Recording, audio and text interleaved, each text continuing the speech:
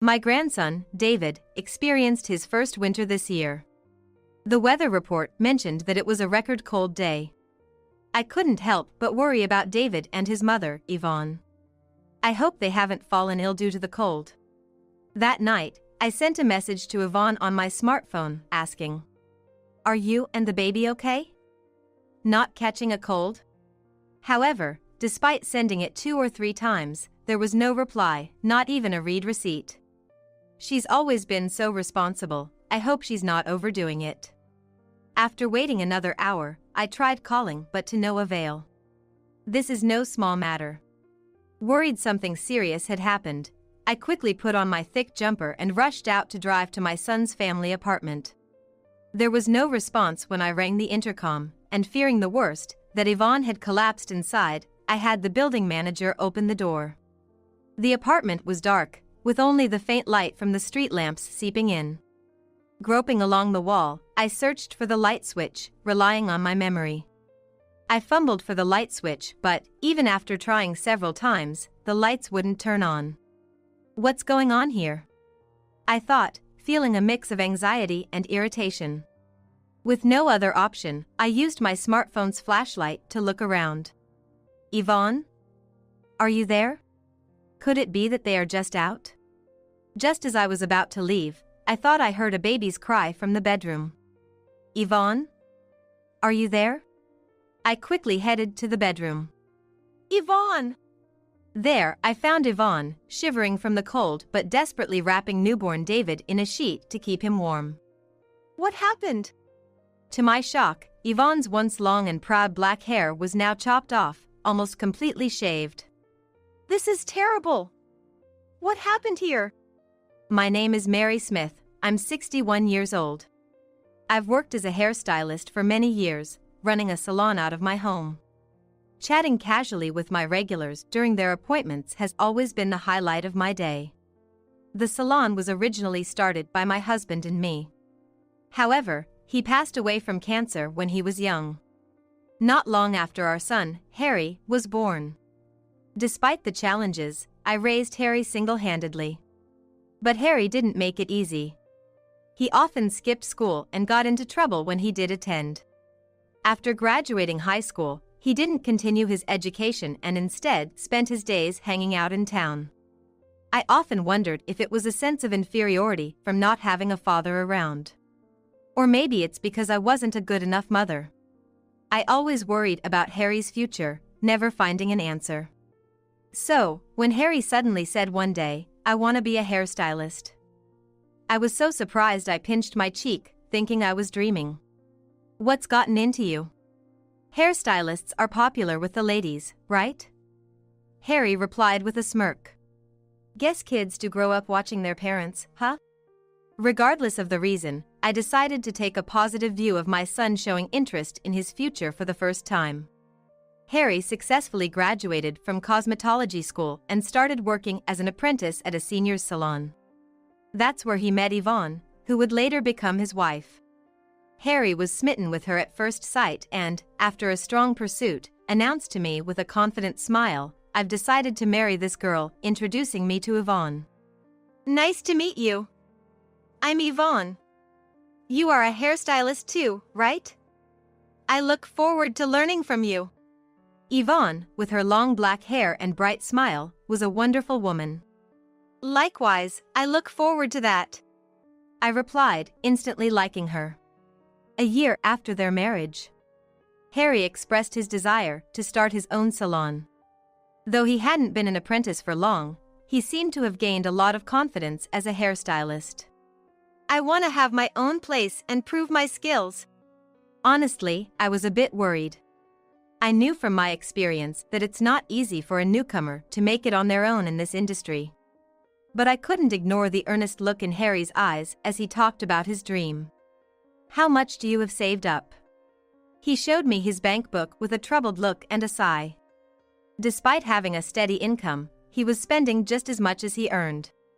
With this pattern, he was far from having enough to start his own business. Harry had been squandering most of his earnings on leisure.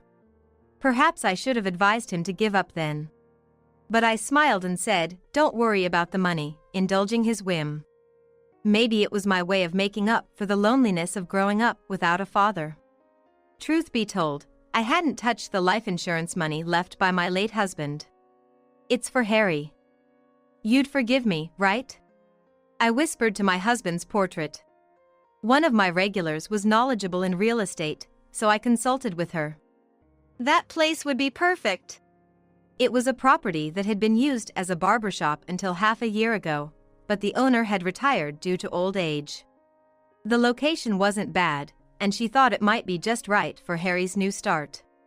During the renovation, one of my regulars said, "Use my husband, he just lazes around the house on his days off anyway." Another chimed in, "My son's studying architecture in college and is home for the summer break. He can help out too, get some hands-on experience."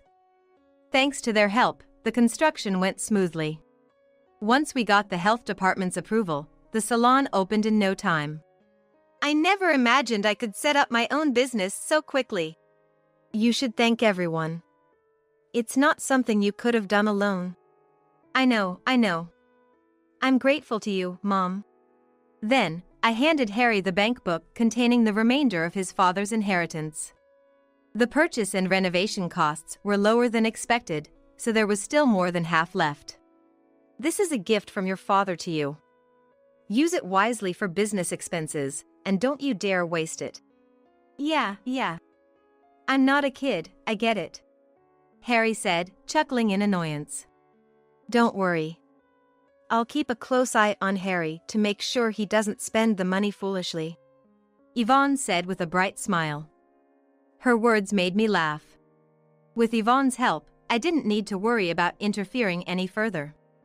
I optimistically decided to watch over their business from a distance. But soon, I realized my optimism was misplaced. Yvonne occasionally visited my salon to update me on their progress, and each time, her expression grew more somber. 3 months after Harry's salon opened, she confided, "Harry's not putting his heart into the work." "What? Harry? Why?" He was so enthusiastic at first, sure that his skills would bring in customers. But within a month, he stopped smiling and began treating customers coldly. As a result, our reputation has plummeted, and customers have stopped coming. I couldn't believe what I was hearing. Harry had wanted his own salon so badly. What had changed in such a short time? Harry thought that being a good hairstylist was all it took, but running a salon is more than that. Yvonne sighed. Indeed, she was right. Business doesn't work just the quality of your work. Customer service plays a huge role in business. It seemed Harry was missing that fundamental understanding. So, what's Harry doing now? He's frustrated about the lack of customers and spends his days drinking. If he doesn't get his act together, we'll lose even more clients. Right now, I'm handling the customers we do have, but if our reputation keeps dropping, the business will only get worse. Yvonne explained, looking like she was on the verge of tears. I felt the same way. All right, I'll have a serious talk with him next time I see him. Thank you so much, Yvonne said, bowing deeply before brushing back her long black hair. Your hair is always so stunning, I commented, trying to lighten the mood. I started growing it out in middle school, she said proudly. Been that long? Any particular reason? Are you familiar with hair donation? Yvonne looked at me earnestly. Hair donation? I think I heard about it at a hairstylist's meeting, but I don't know much about it. Yvonne's eyes sparkled as she explained. It's about making wigs from real hair for children who've lost their hair due to congenital diseases, illness, or accidents. I've been growing my hair to donate to organizations involved in this. Isn't it wonderful to be able to help someone? I read an article about an actress who was doing it, and I thought maybe I could do that too. Wow. That's really admirable, especially for someone as young as you, I said, overwhelmed by Yvonne's passion. 6 months into her marriage with Harry, Yvonne got pregnant. She's always been so conscientious, always pushing herself too hard when I'm not looking. Yvonne, this is the most crucial time. You really shouldn't overdo it. I repeatedly warned her. Every time, she'd just lightly laugh and say, "Don't worry. I'm taking it easy, consulting with the baby in my belly." But in reality, Yvonne worked at the salon right up until the last month of her pregnancy, supporting the family while Harry's attitude worsened. What is he even thinking? Every time Yvonne updated me, I felt my own shortcomings as a mother. One day, I finished work early and decided to check on their salon. I ran into Harry just as he was about to leave. "Where are you going?" "Out for a drink." "There won't be any more customers today anyway," he said nonchalantly, laughing off his situation. The lack of customers had become normal for Harry, and he wasn't even trying to improve things anymore. "You're about to become a father, you know." Harry just waved his hand dismissively and hopped on his motorcycle. "We're not done talking. Think about Yvonne for once." Yeah. I'll do that when I feel like it." He laughed and sped off. Inside the salon, Yvonne was cleaning the floor. "Today, we managed to get just one customer," she said, smiling brightly despite looking exhausted. "Are you eating properly? You need to get enough nutrition. Don't worry about me. It's not just about you. It's for the baby," I said sternly, making sure she understood the gravity of the situation. Yvonne teared up a bit and thanked me. At times like this, the father should be there to support her. I wanted to shout at Harry, who was nowhere to be found. Yvonne told me the salon wasn't doing well, and Harry was spending money recklessly every night. Giving that bank book to Harry was a mistake. I regretted my decision. Yvonne, despite being busy, never neglected her hair care. Gently stroking her belly, she said, "I want to teach my child the joy of helping others." That's when I realized I wanted to support her. Since my son wasn't of much help, I decided to assist Yvonne at their apartment. "I'm always sorry to trouble you." "Don't worry about it, just focus on the baby." It was my fault for not raising my son right. Because of that, Yvonne was suffering. Perhaps it was my way of atoning for my sins, at least. At the end of summer, Yvonne went into labor earlier than expected and was rushed to the hospital. Harry was nowhere to be found, unreachable. I kept sending him messages, but there were no replies, not even read receipts. What on earth is he doing at a time like this? Yvonne's parents had passed away, so I was the only one who could be there for her. "Don't worry, Yvonne, I'm here." I kept encouraging her as she bravely faced childbirth. After a long and difficult labor, I was overwhelmed by the sound of the baby's cries. "He's born. You did it, Yvonne." I was moved to tears, but Harry, who should have been there, never showed up. My grandson, David, was experiencing his first winter. The weather report said it was a record cold day. No wonder it was so chilly that I had trouble getting out of bed. My first thoughts were of Yvonne and newborn David. I hoped they weren't affected by the cold. Worried, I sent a message to Yvonne that night. "Are you and the baby okay? Haven't caught a cold?" But even after sending 2 or 3 messages, there was no response, not even a read receipt. I was concerned that Yvonne might be too ill to move. She's always been so responsible. I hope she's not overdoing it. After waiting another hour, I tried calling again, but the result was the same. Something's not right. Without a second thought, I put on my thick jumper and rushed out to their apartment. When I arrived, the place was engulfed in darkness. It's not uncommon for families to travel abroad during the holidays, but I hadn't heard anything about a trip from Yvonne and Harry, and they likely couldn't afford it anyway. I rang the intercom, but there was no response. Fearing Yvonne might have collapsed, I immediately asked the building manager to open the door. "I'll wait outside. Please let me know if there's anything," I told the manager before stepping inside. The apartment was dark, the only light coming from the street lamps outside. I remembered the light switch was right by the entrance. Relying on my memory, I groped for the light switch on the wall.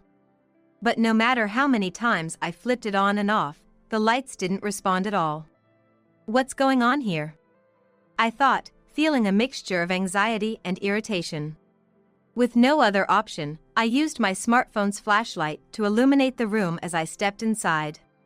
Yvonne, are you here? I called out in the living room, but there was no answer. Maybe they had just gone out.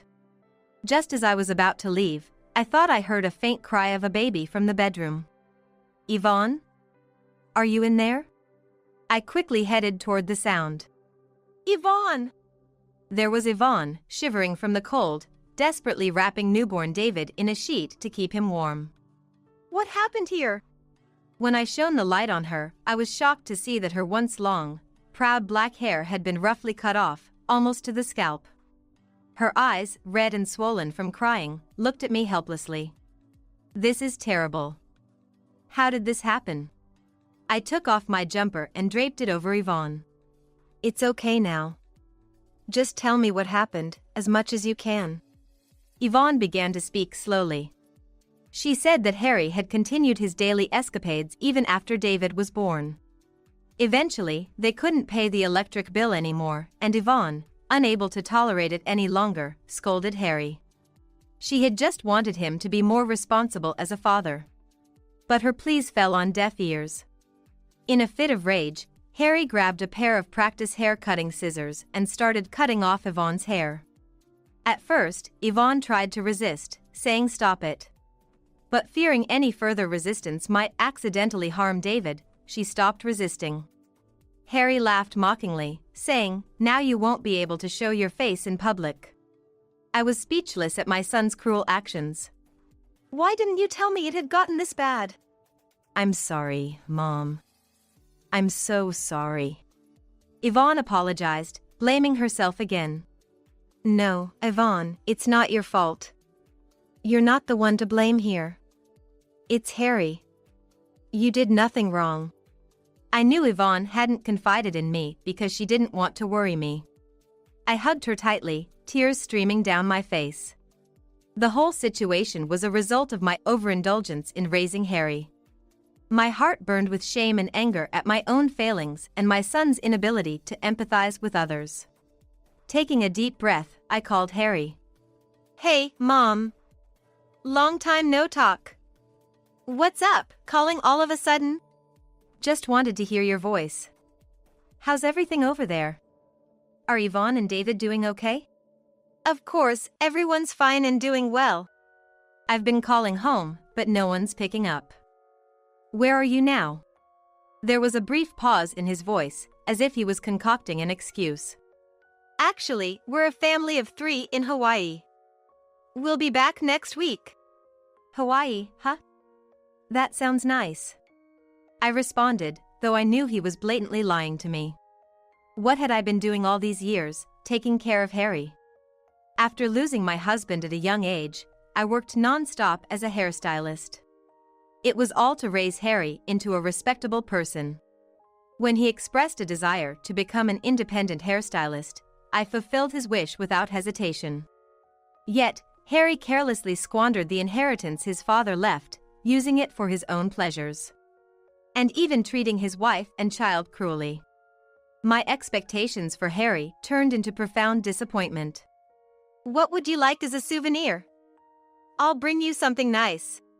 Anything's fine. You're coming back next week, right? Safe and sound. Hey, Mom? You sound a bit off. Is something wrong? Mom? Harry seemed to sense something, but I ended the call without responding. I informed the building manager waiting outside of my plans and decided to take Yvonne and David back to my house. Then, I started making calls to every place I could think of. A week later, Harry called me, cheerfully announcing that he had just landed at the airport. I'm back, Mom. And I've got souvenirs for you, he said, pretending to be the caring son. But my heart was no longer deceived by his act. That's nice to hear. I replied in a flat tone, though Harry didn't seem to notice anything unusual. About an hour later, a taxi pulled up in front of the apartment. Harry, clearly having enjoyed his solo trip to Hawaii, with distinct tan lines from sunglasses around his eyes, unloaded a bunch of luggage from the trunk.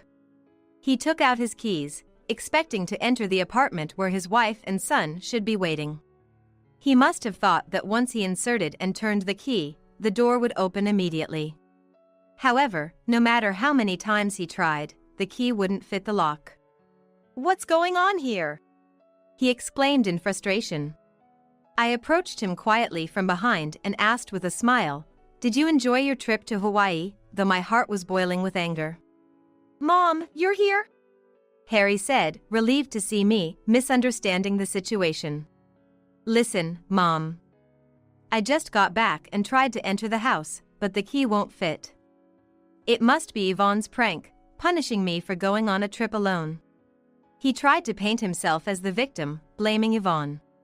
Leaving Yvonne, who just gave birth, and newborn David behind, what were you doing?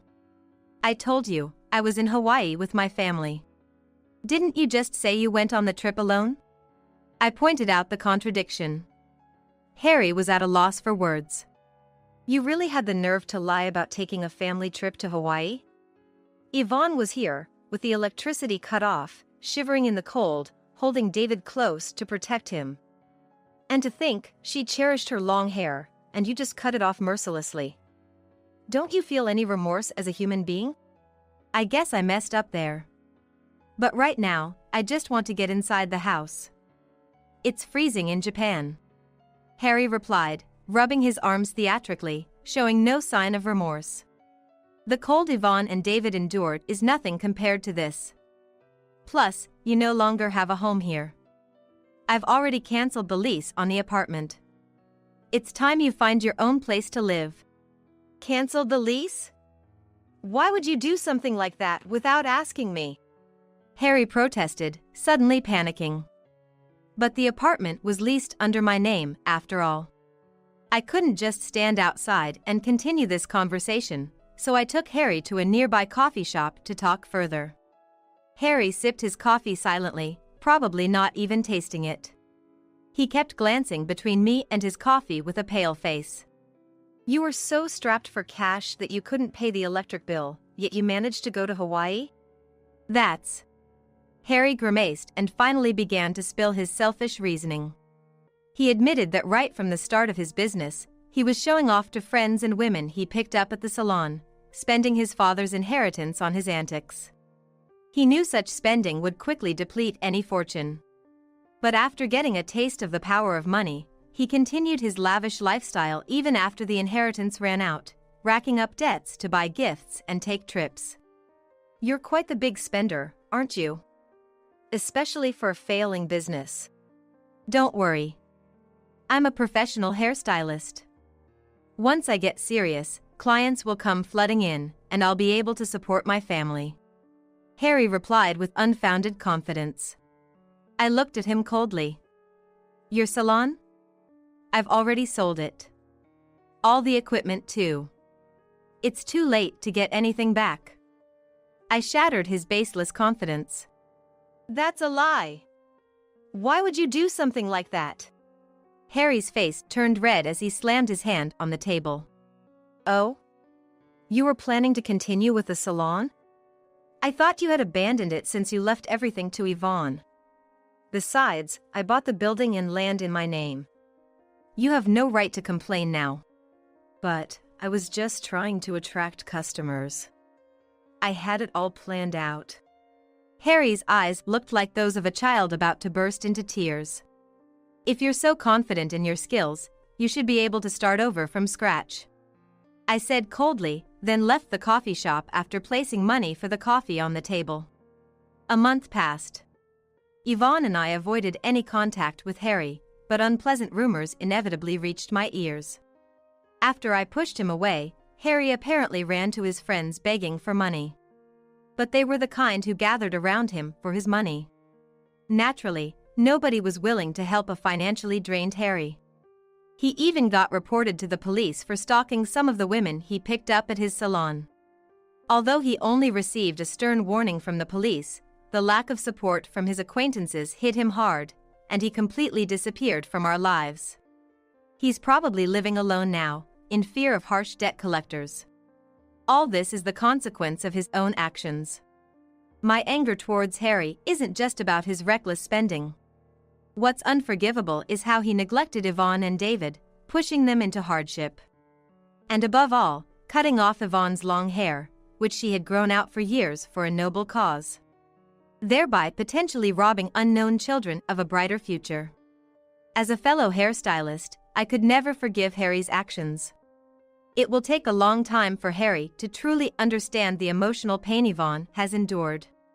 Yvonne herself never speaks of her hurt, but it's clear she's not unscathed. She appears to be keeping her feelings bottled up, probably not wanting to worry me.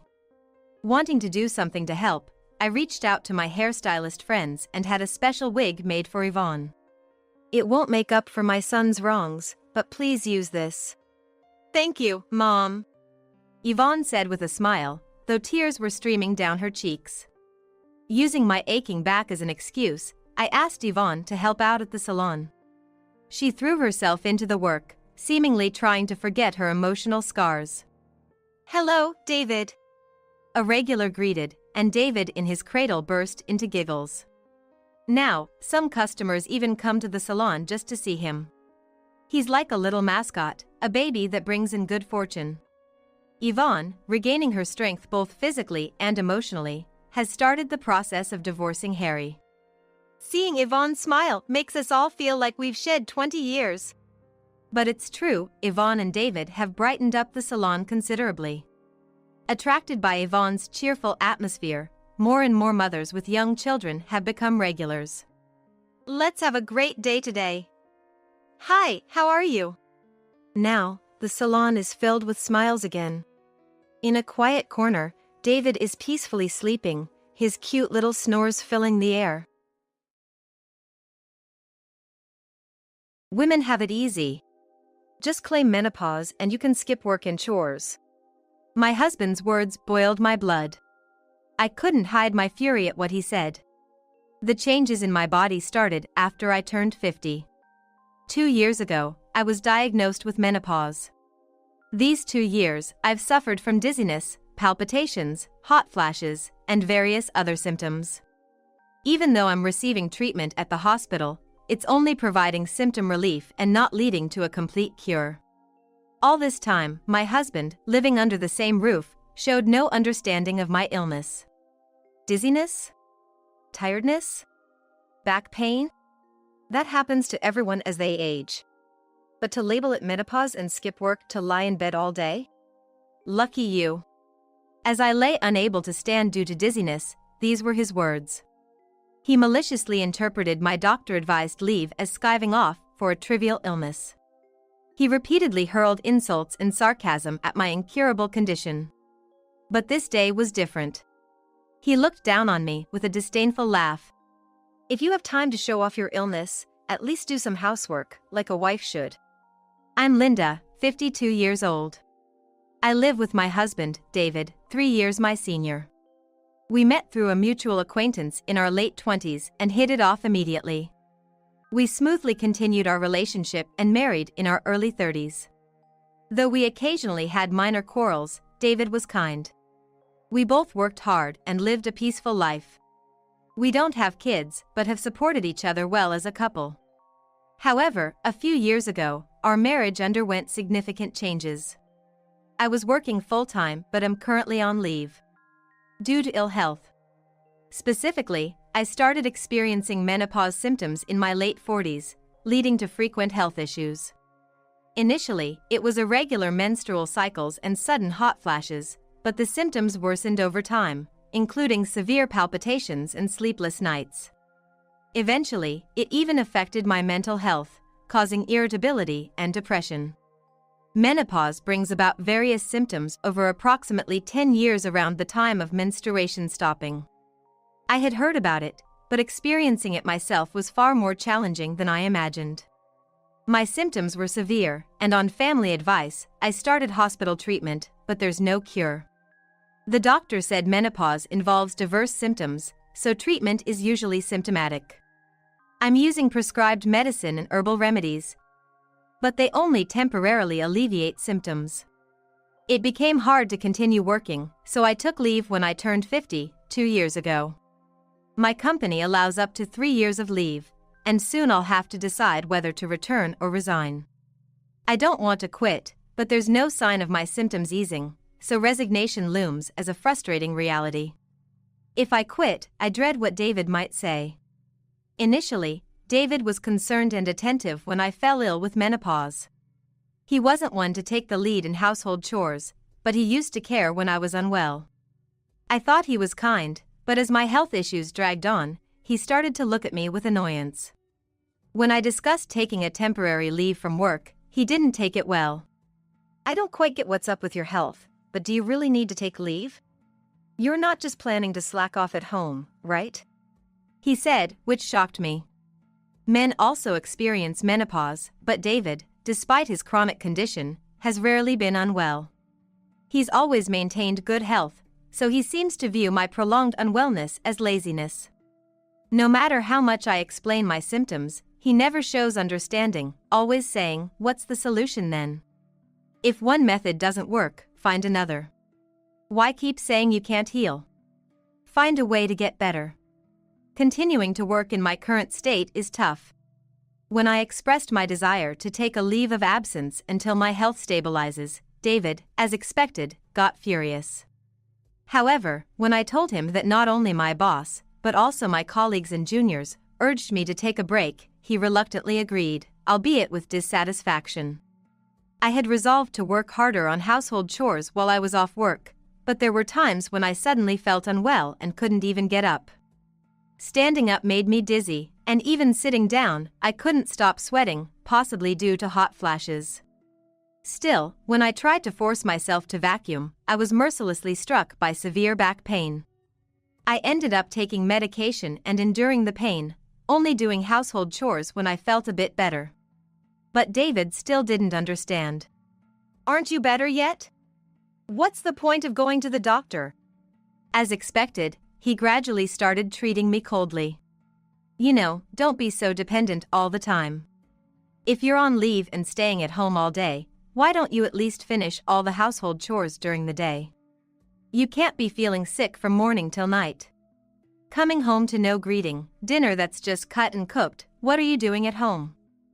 David complained more than once when he returned from work.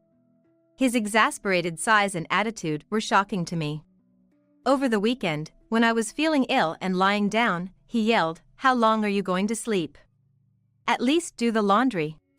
David's sarcasm and complaints increased day by day, and there was no more consideration or concern from him. While his terrible attitude hurt me, I also grew increasingly anxious, wondering when my symptoms would heal or if they ever would. However, it was truly a blessing that my mother-in-law, Barbara, and my sister-in-law, Emily, who live in the same town, showed understanding of my condition and occasionally offered advice. Barbara is over 80 years old but has strong legs and is a very lively person who speaks her mind. My father-in-law has already passed away, and she lives with Emily and her husband.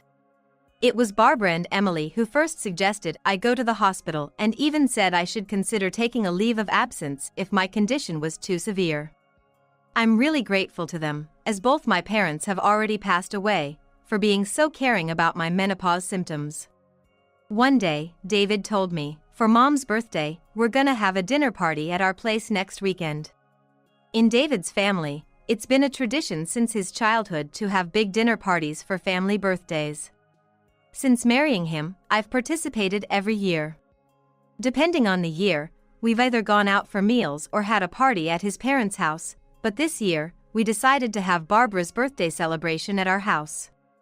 Naturally, I was in charge of the cooking. Barbara and Emily were supposed to come over in the evening, and Emily's husband couldn't make it due to work. "Make sure you're in good shape for the day," David said, glaring at me sharply. "I won't tolerate it if it's like last year." "I understand," I replied, as I could only nod in front of David's assertive attitude. The thing is, last year, I felt ill during Barbara's birthday and missed the party at my in-laws. David seemed to think he was embarrassed by this. I still vividly remember being harshly scolded by him when he returned home, which was really tough and made me cry. So this time, I want to make sure I'm in good health for the dinner party, just as David said. However, if it were a condition that could be fixed just by wanting it, I wouldn't have been suffering for years.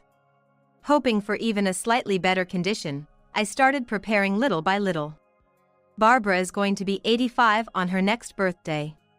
Wanting to show my gratitude for all she has done for me, I vowed to put my best effort into cooking dinner for everyone that day. Since we're hosting the in-laws, there's a lot to do before the day, besides meal preparation. David is somewhat prideful, so I knew he wouldn't be satisfied unless the house was cleaned from corner to corner. I took a few days to thoroughly clean the house, all the while consulting my health. David never helps with the housework, just relaxing in the living room, but I've gotten used to that. I know some younger men nowadays do housework, but in David's generation, it's considered the wife's job. I never expected him to help, since he thinks I just loaf around the house all day. The day before the party, I finished shopping for the dinner menu and went to bed early, praying that I would wake up with mild symptoms. However, on the day of the dinner party, I woke up with terrible headaches and dizziness. When I tried to get up from bed, my vision became all wobbly, and I had to close my eyes. Then, I heard the intense pounding of my heart and was struck with a headache so severe it felt like my head was being hammered. It was one of the worst symptoms I've experienced recently. Nevertheless, I somehow managed to get out of bed, only to be greeted by David's loud TSK from above. Realizing I was unable to prepare breakfast, he grabbed only his wallet and phone and headed towards the door. He said indifferently, "I'm gonna grab some food. Then, because I feel sick being around you, I'll head over to Mom's place early. Make sure you have dinner ready and greet them properly," and he left the house. Indeed, David was supposed to pick up Barbara and Emily today, but showing up so early in the morning must have been inconvenient for them. His thoughtless words hurt, but I couldn't afford to stay upset. I just drank some jelly drink and took my medicine, lying in the living room until my symptoms settled. But even in the afternoon, my condition hardly improved. The medicine eased the headache, but I felt dizzy and unsteady whenever I tried to get up. I needed to start preparing dinner soon, but I couldn't get my body to move as I wanted. I stood in the kitchen for short periods, taking breaks in between, but time was running out. Feeling desperate, I tried calling David but couldn't reach him. I sent him a message, but he didn't reply.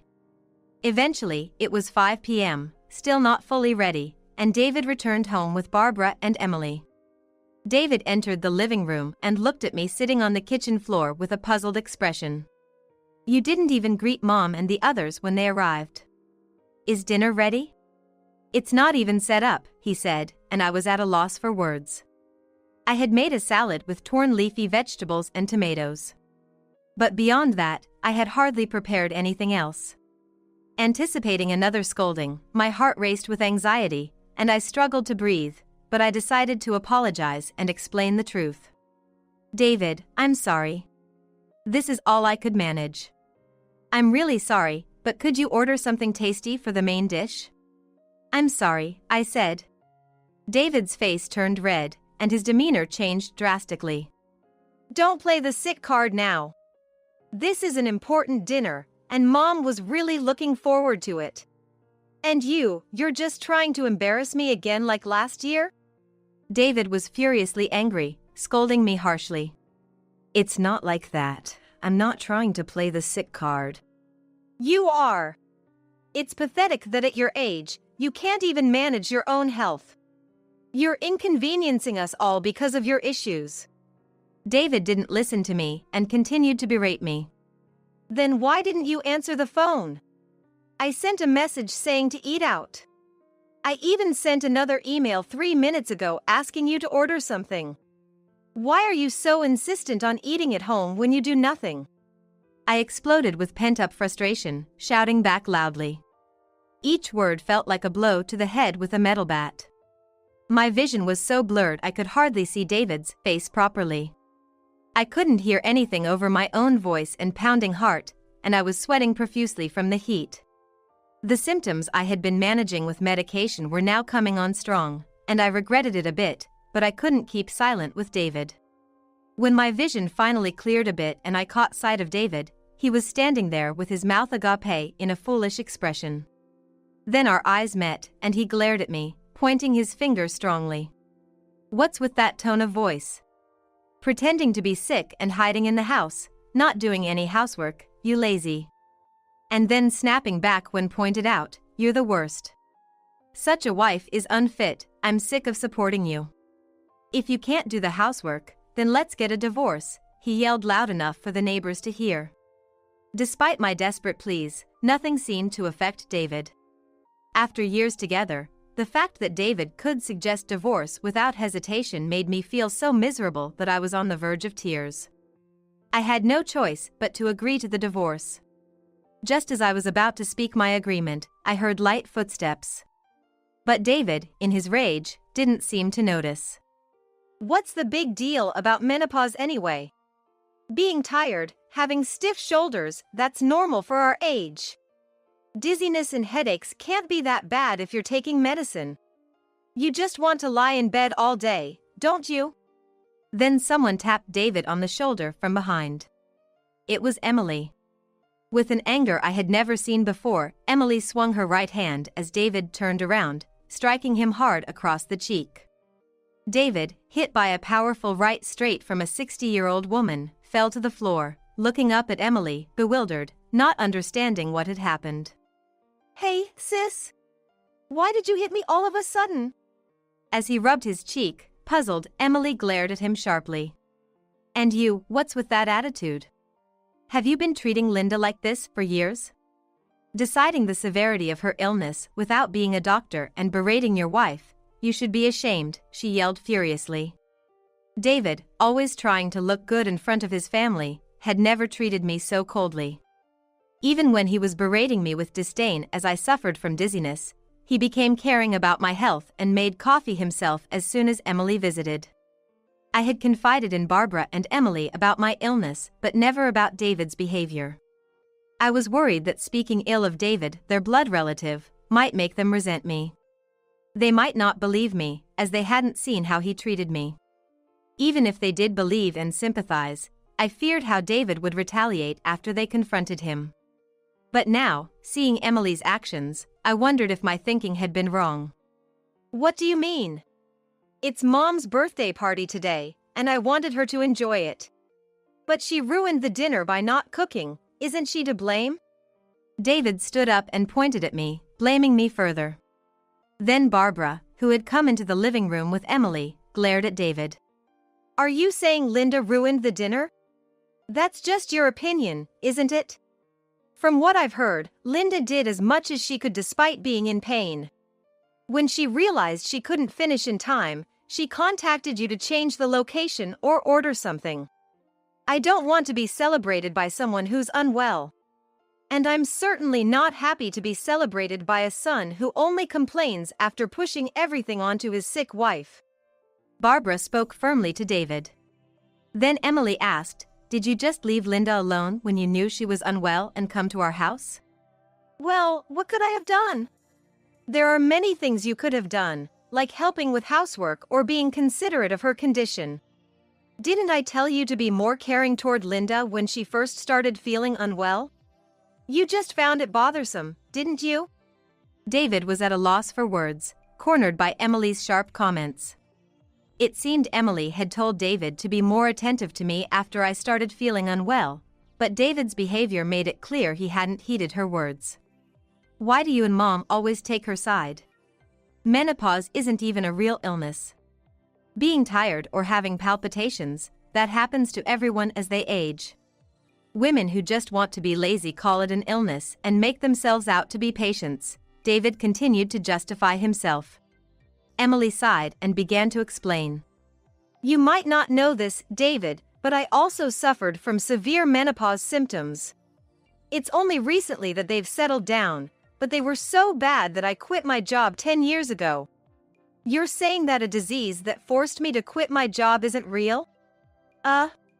Hearing Emily's words, David froze, looking stunned. I had talked to Emily soon after my menopause symptoms started. She told me that she had suffered from menopause at the same age as me and had to temporarily stop working before eventually resigning. She didn't want to quit her job, but there was no sign of recovery, so after consulting with her family, she decided to prioritize her health. I knew Emily had quit her job around the age of 50, but I didn't know the reason until she told me. Thinking back, I realized that I hadn't seen her around that time.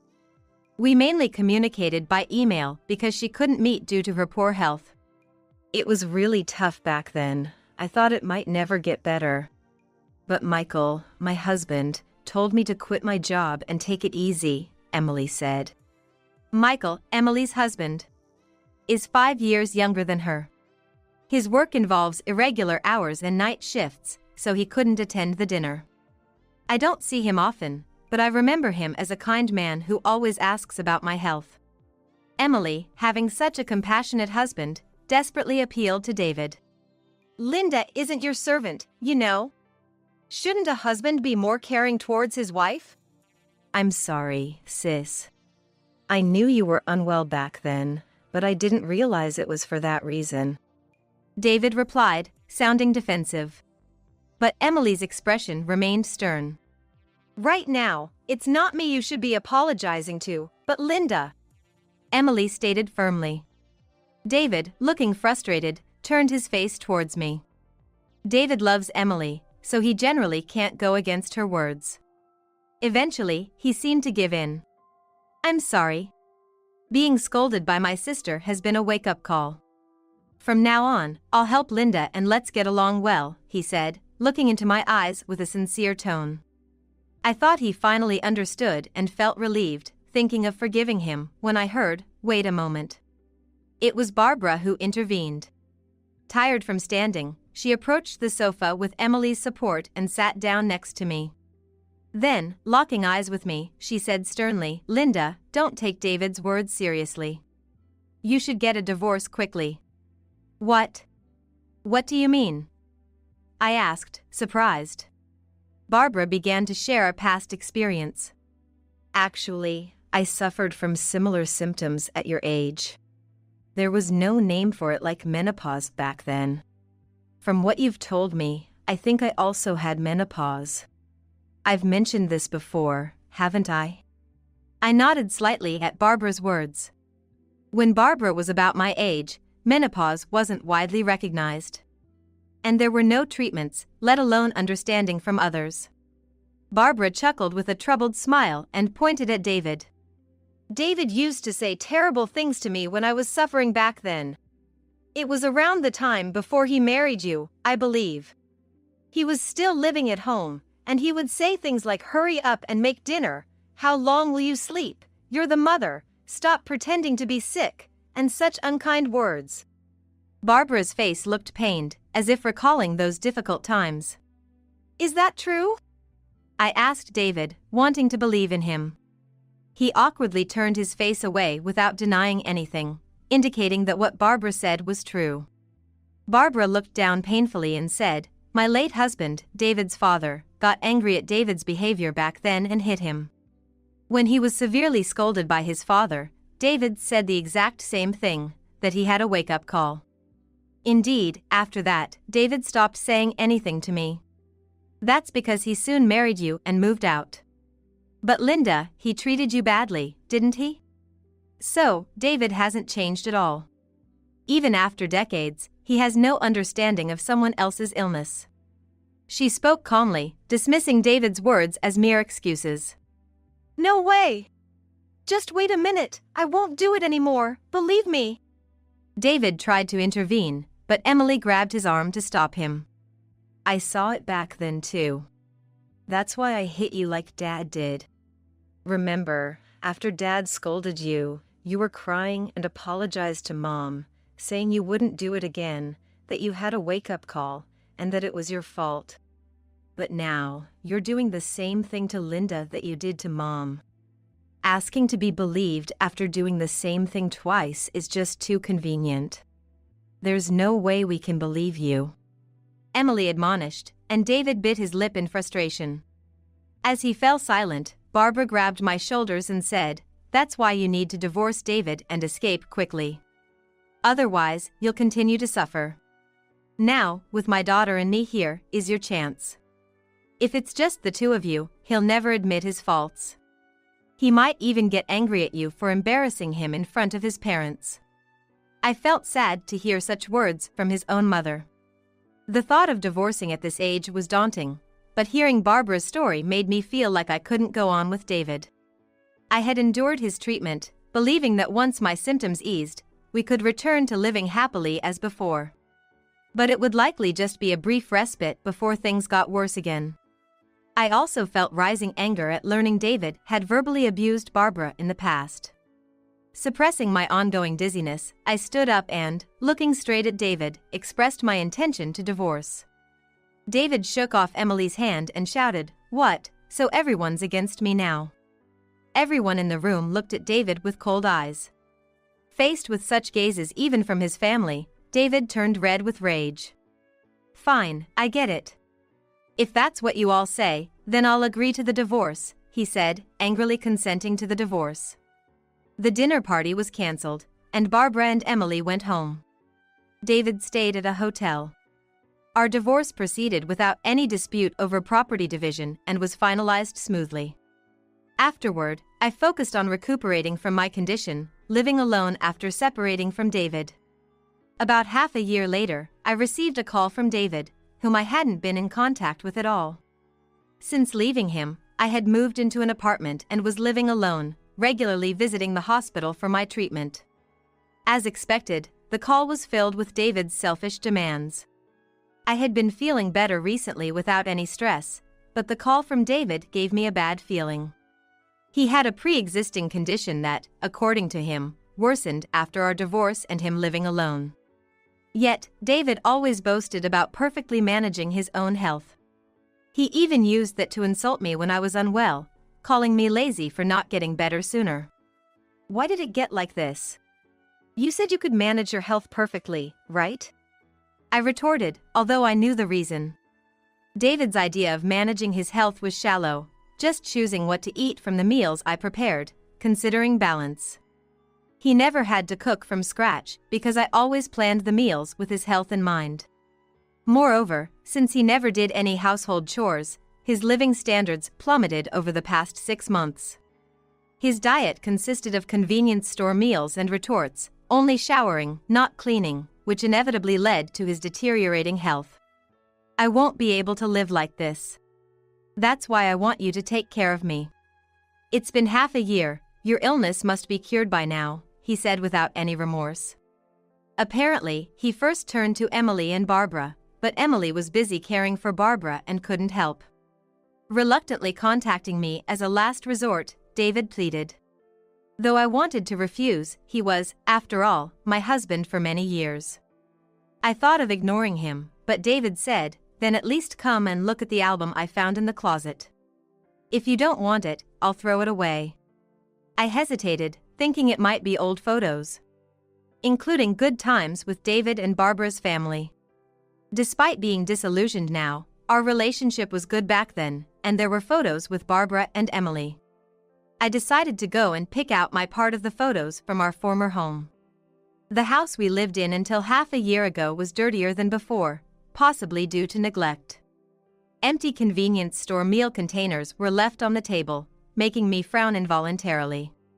"Without you, I don't have time to clean. It's hard to move when I'm feeling unwell," David excused himself without being asked. He looked unexpectedly well, despite claiming to be unwell. Moreover, despite seeking care in anticipation of worsening health, what David really wanted was cleaning, laundry, and meal preparation. It seemed like he just wanted a housekeeper. After some hesitation, I replied, "You don't look injured and seem perfectly fine. Why don't you stop slacking off and take care of yourself?" At this, David narrowed his eyes displeasedly and retorted, "You know my illness affects my internal organs and nerves, right? Don't judge just by appearances. I'm really suffering, and you dare accuse me of slacking off." He spat those words out. I just stared at him coldly in response, and he started to stutter. Suddenly, David stopped. And, taking a deep breath, "I was wrong to say that to you when you were suffering. I'm truly sorry and have reflected deeply. I won't do it again, so please. Before he could finish, I firmly declined. Sorry, but I can't take care of you.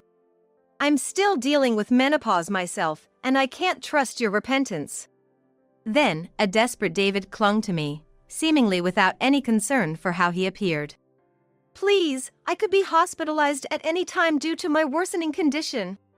Medication alone isn't enough, proper diet management is essential, and I'm in trouble without you. Please, I'm begging you. While David seemed genuinely remorseful, I remembered what Barbara and Emily had told me about his past actions. They say he only apologizes deeply when he wants to blame you for not forgiving him. Recalling her words, I shook my head slowly. I was already overwhelmed with my own issues and not in a position to take care of someone else. If I went back to living with and caring for David, the stress would likely exacerbate my menopause symptoms again. I couldn't go back to square one after finally starting to feel better. It's impossible. If you really need care, use a caregiving or helper service. I told him, explaining these options. I made it clear again that I couldn't provide care and had no intention of living together in the future, then returned to my life. Later, as my symptoms settled, I resumed work after a long leave of absence. I started returning to work gradually. There was a time when I contemplated resigning, but now that I need to live on my own, I have to earn my living expenses independently. Additionally, having always found fulfillment in my job, despite the break of 2 years and a few months, I found it enjoyable once I started working again. I had no intention of reconciling with David or remarrying anyone else at the moment. However, I still kept in touch with David's family, occasionally meeting them for meals. I heard that the traditional family dinners, a long-standing custom in David's family, were discontinued after this incident. Furthermore, David apparently quit his job for reasons unknown. He claimed it was to focus on his treatment, but his visit frequency to the doctor and dietary habits hadn't changed. He had some savings from early retirement, so he seemed financially stable for the time being. Nevertheless, he appeared to be living in fear of an uncertain future due to his illness. As for me, I planned to continue cherishing my health and living a fulfilling life for the rest of my days. A life without children is miserable, huh? My daughter is adorable and a genius.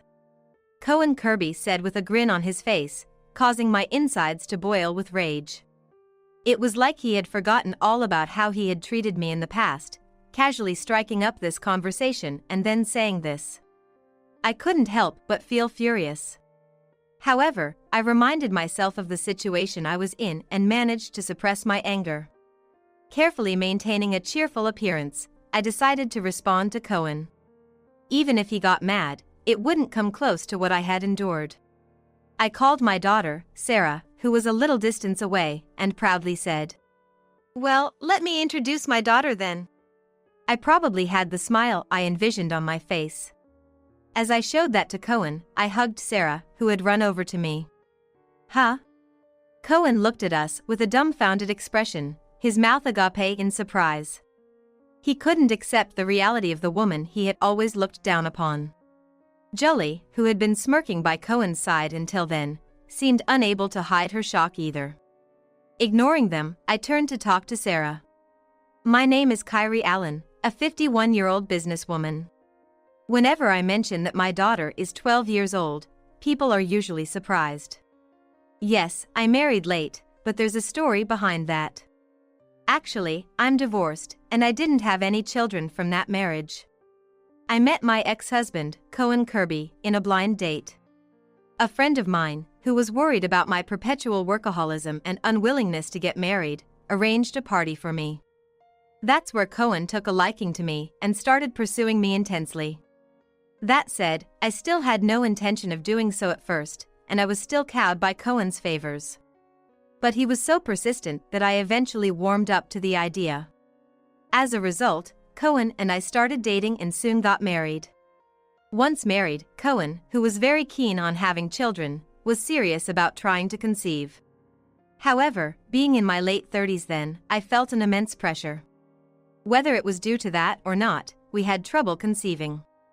Gradually, Cohen's attitude toward me cooled, eventually turning contemptuous. "What's up, infertile? Did you pick up the cleaning I asked about before?" He began referring to me as infertile and treating me like a servant. It was incredibly frustrating, and I desperately looked for a solution. I even went to the hospital, fearing the worst, but all the tests showed that I was perfectly healthy. In fact, the doctor even suggested that stress might be causing it, leaving me feeling utterly helpless and downhearted. I tried everything, watching my diet, taking supplements. Despite all efforts, I still couldn't get pregnant. Wondering if the problem might not be mine, I suggested to Cohen Kirby that he should get tested. "Hey, Cohen." I went to the doctor, and they found nothing wrong with me. "So, there might be a chance that, it could be you." "I think you should get tested," I said. Cohen's face turned red with anger immediately. "What? You're saying something's wrong with me? It's just you who can't get pregnant, don't you dare doubt me." "But there's nothing wrong with me, and I've been undergoing treatment for so long. If we can't have kids, it only makes sense that the issue might be with you." "That's impossible. I'm always fine. It has to be your fault. You're the only one to blame." Cohen stubbornly refused to consider my suggestion, insisting the problem was mine. At first, I argued back, but constant accusations wore me down. Finally, one of Cohen's remarks broke me completely. "What's the point of you being a woman if you can't even have kids?" He said it so dismissively that I was left speechless. Not because I agreed with him, but because I was shocked by the extent of his cruelty. I managed the house and supported Cohen, who also worked, as best as I could. Yet, just because I couldn't bear children, he dismissed me entirely. My spirit broken, I couldn't bring myself to ask him to get tested again. The thought of hearing those same harsh words made me too afraid to speak up. Sensing this, Cohen began ordering me around even more. I'm beat. I don't want the usual beer today. I'm craving that import one they sell at the liquor store downtown. Hey, you, since you're obviously not busy being infertile, go get it for me, now." He grew more audacious, treating me like a mere errand runner, laughing smugly. Any hint of resistance from me was met with even more vile words. I endured, day after day, without a thought of anything else. You'd think I'd have left him by now, right? But being a latecomer to marriage, I feared I'd never marry again if I left this one. Plus, I was somehow convinced that divorce was shameful, making it hard for me to take that step. So, time just passed, and I turned 38, when things suddenly took a dramatic turn. At that time, I was still working and enduring the infertility snoring that continued almost daily. "Come on, you should know what I don't like by now.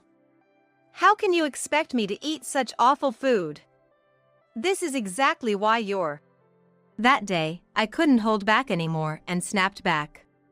"What does food have to do with not having kids? I can't stand it anymore. Enough is enough," I exclaimed. Cohen leaped up, yelling at me fiercely. "What's with that attitude? You can't even fulfill your role as a woman, and you dare complain to me when I get home from work."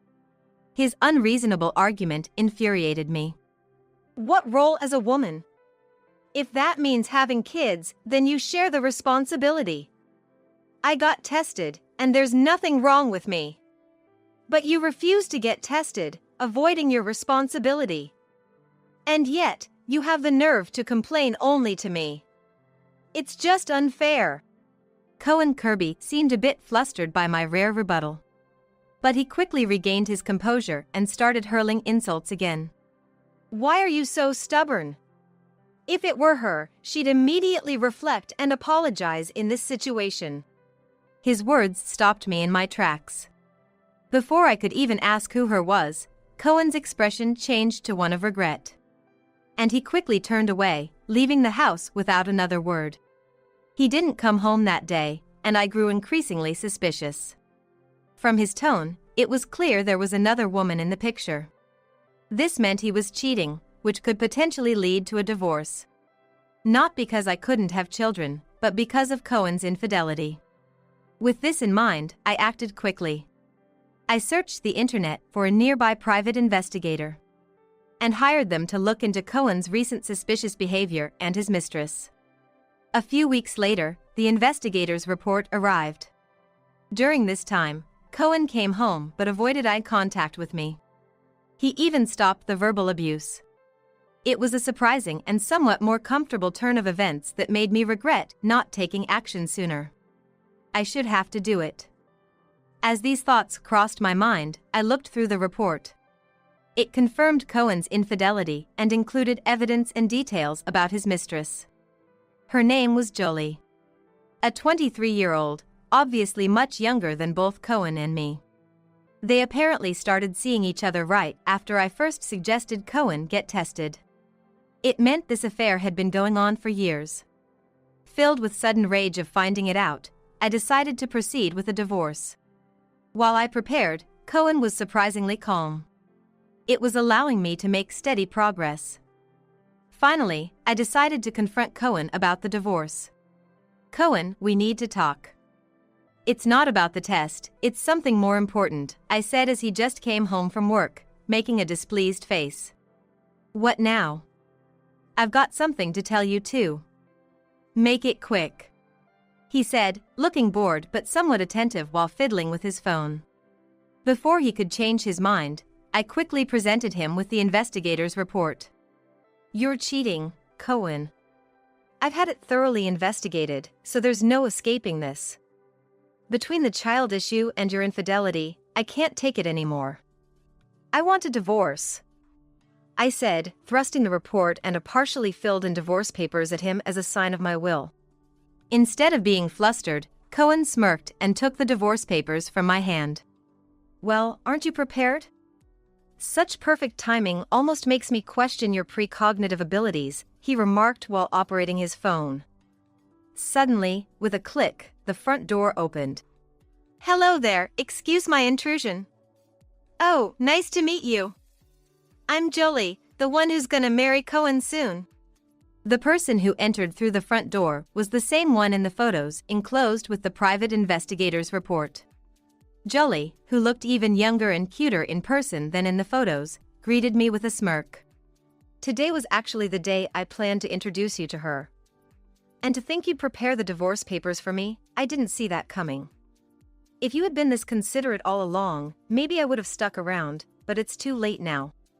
Cohen said half-jokingly, taking the divorce papers and walking into the living room. I was too shocked to grasp the situation and stood there, frozen. Soon, Cohen emerged from the living room with the divorce papers filled out. He handed them to me with a sly smile, saying, "This sure saves a lot of trouble. We're no longer husband and wife, so leave now. Jolie's pregnant, and I want her to have as little stress as possible." Faced with Jolie's and Cohen's malicious grins, I lost my composure. Snatching the divorce papers from Cohen, I ran to my room. I grabbed my already packed bags and left the house without a word. Fast forward 13 years. I had come to see how the project I was involved in had been completed. My job is as a professional consultant, and this time I was tasked with designing an apartment building that would be disaster-resistant and children-friendly. After Cohen introduced me to Jolie, I took refuge in a nearby business hotel. I waited until dawn to submit the divorce papers to the city hall, then moved from hotel to hotel. After that, I was finally settling into an apartment and focusing on my career. Divorcing Cohen seemed to lighten my spirits, and my work progressed smoothly. I got lucky with business opportunities and expanded my network. This revitalization led to my appointment as the project leader for this urban development, a long endeavor that had finally come to fruition. There was a small celebration at the site, crowded with many people. Then, a familiar, unpleasant voice caught my ear. "Hey, long time no see. Still all alone, huh? I came here to buy one of these condos for my family of 3. Not that it matters to you." I regretfully turned towards the voice. I saw Cohen, Jolie. And also there were their daughter, who must have been in Jolie's womb back then. A life without children is miserable, huh? My daughter is adorable and a genius," Cohen said with a grin, causing my blood to boil. He had easily struck up a conversation as if he'd forgotten all the past mistreatment. I couldn't help but feel furious. However, I reminded myself of my current situation and managed to suppress my anger. Carefully maintaining a cheerful appearance, I decided to respond to Cohen. Even if he got mad, it wouldn't compare to what I had endured. I called my daughter, who was a little distance away, and proudly said, "Well, let me introduce my daughter then." I probably had the smile I envisioned on my face. As I flaunted my smile to Cohen Kirby, Sarah ran up to me, and I embraced her. "Huh?" Cohen looked at us, his mouth agape in surprise. Clearly unable to accept the reality of the situation, especially from someone he had looked down upon for so long. Julie, who had been smirking beside Cohen until then, also seemed unable to hide her shock. Ignoring them, I turned to talk to Sarah. "Did you find a good spot for the shoot?" I asked. Sarah beamed and nodded. "I want to shoot in front of the flower bed you were so particular about." She pointed to the flower bed and grabbed the equipment next to me, dashing toward it. As I watched her spirited back, Julie screamed in disbelief. "Is that Sarah from the popular video sharing site? Why is she calling you Mom?" Her words caught the attention of Cohen and Julie's daughter, Yvonne. "That's really her. Wow, I'm meeting the real deal for the first time. Hey, ma'am, can I get her autograph?" "That's a great idea, Yvonne. You really are a genius." Their arrogant remarks were so typical of them as a family. I shrugged my shoulders in resignation and firmly refused. "Sorry, but no.